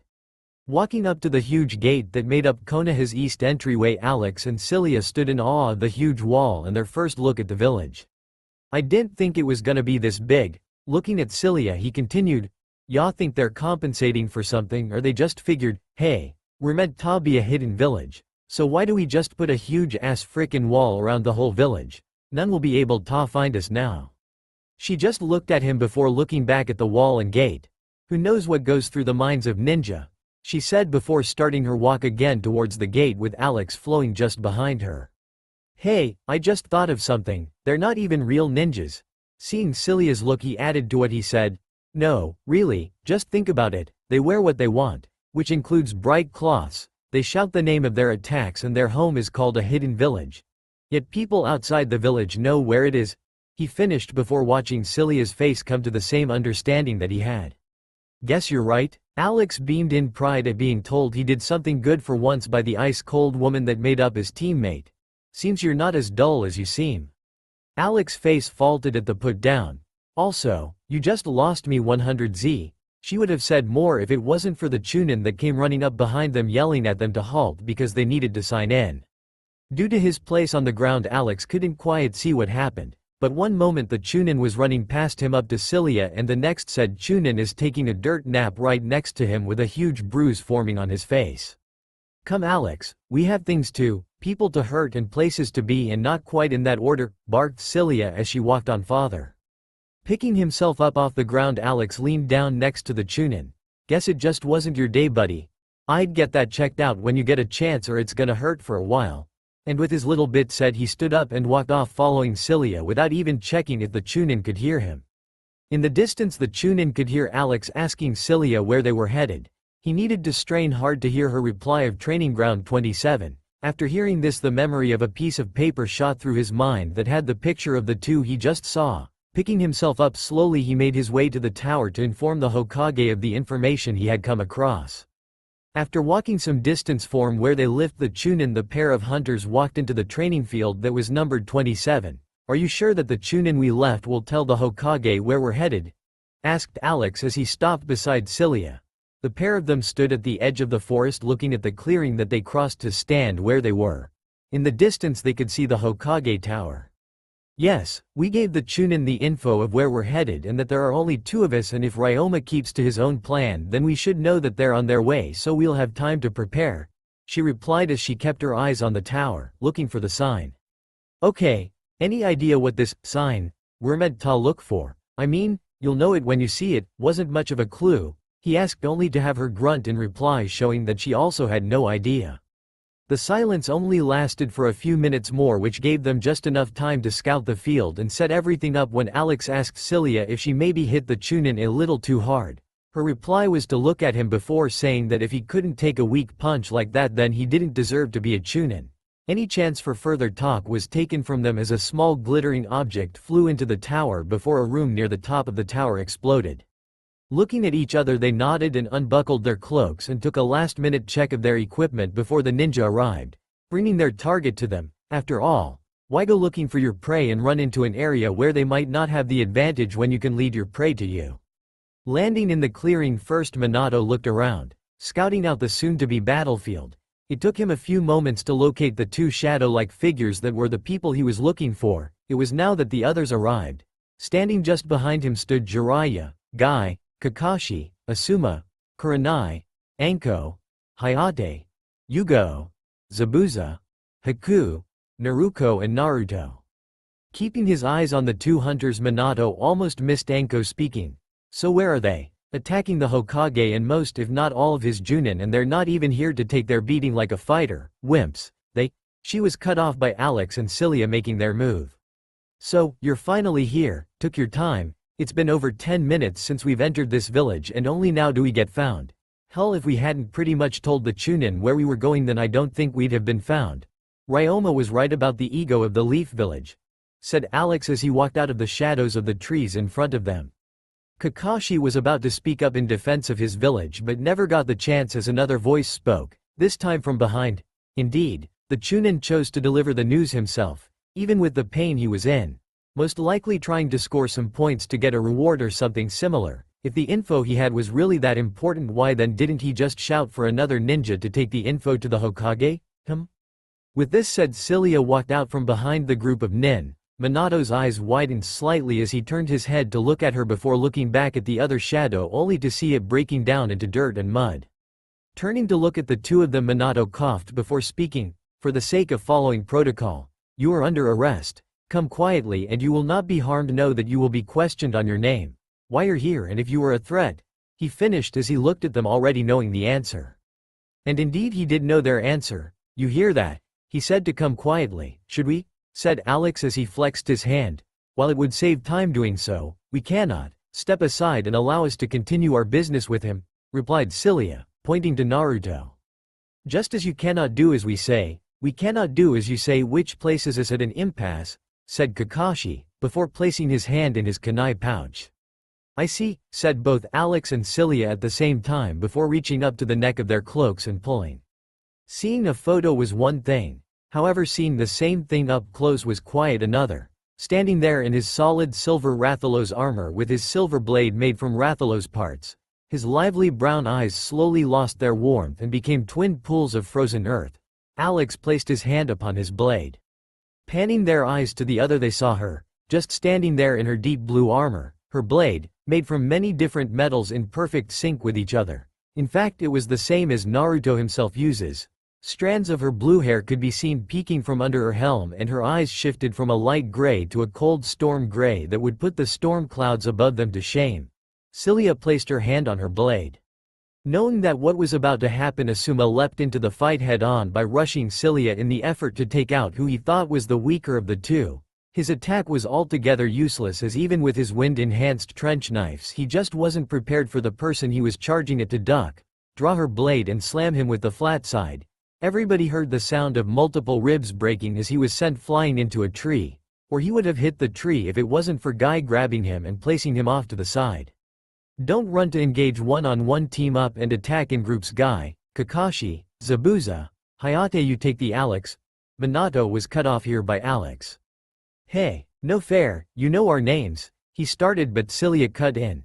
"Which also means they know some of our skills, most likely," Naruto told them. Kakashi, Guy, Zabuza and Hayate took off at Alex and forced him back into the forest as Minato kept speaking. "Kurenai, Yugo, Anko, Naruko and Hakuyu take Cilia and keep her from giving support to Alex."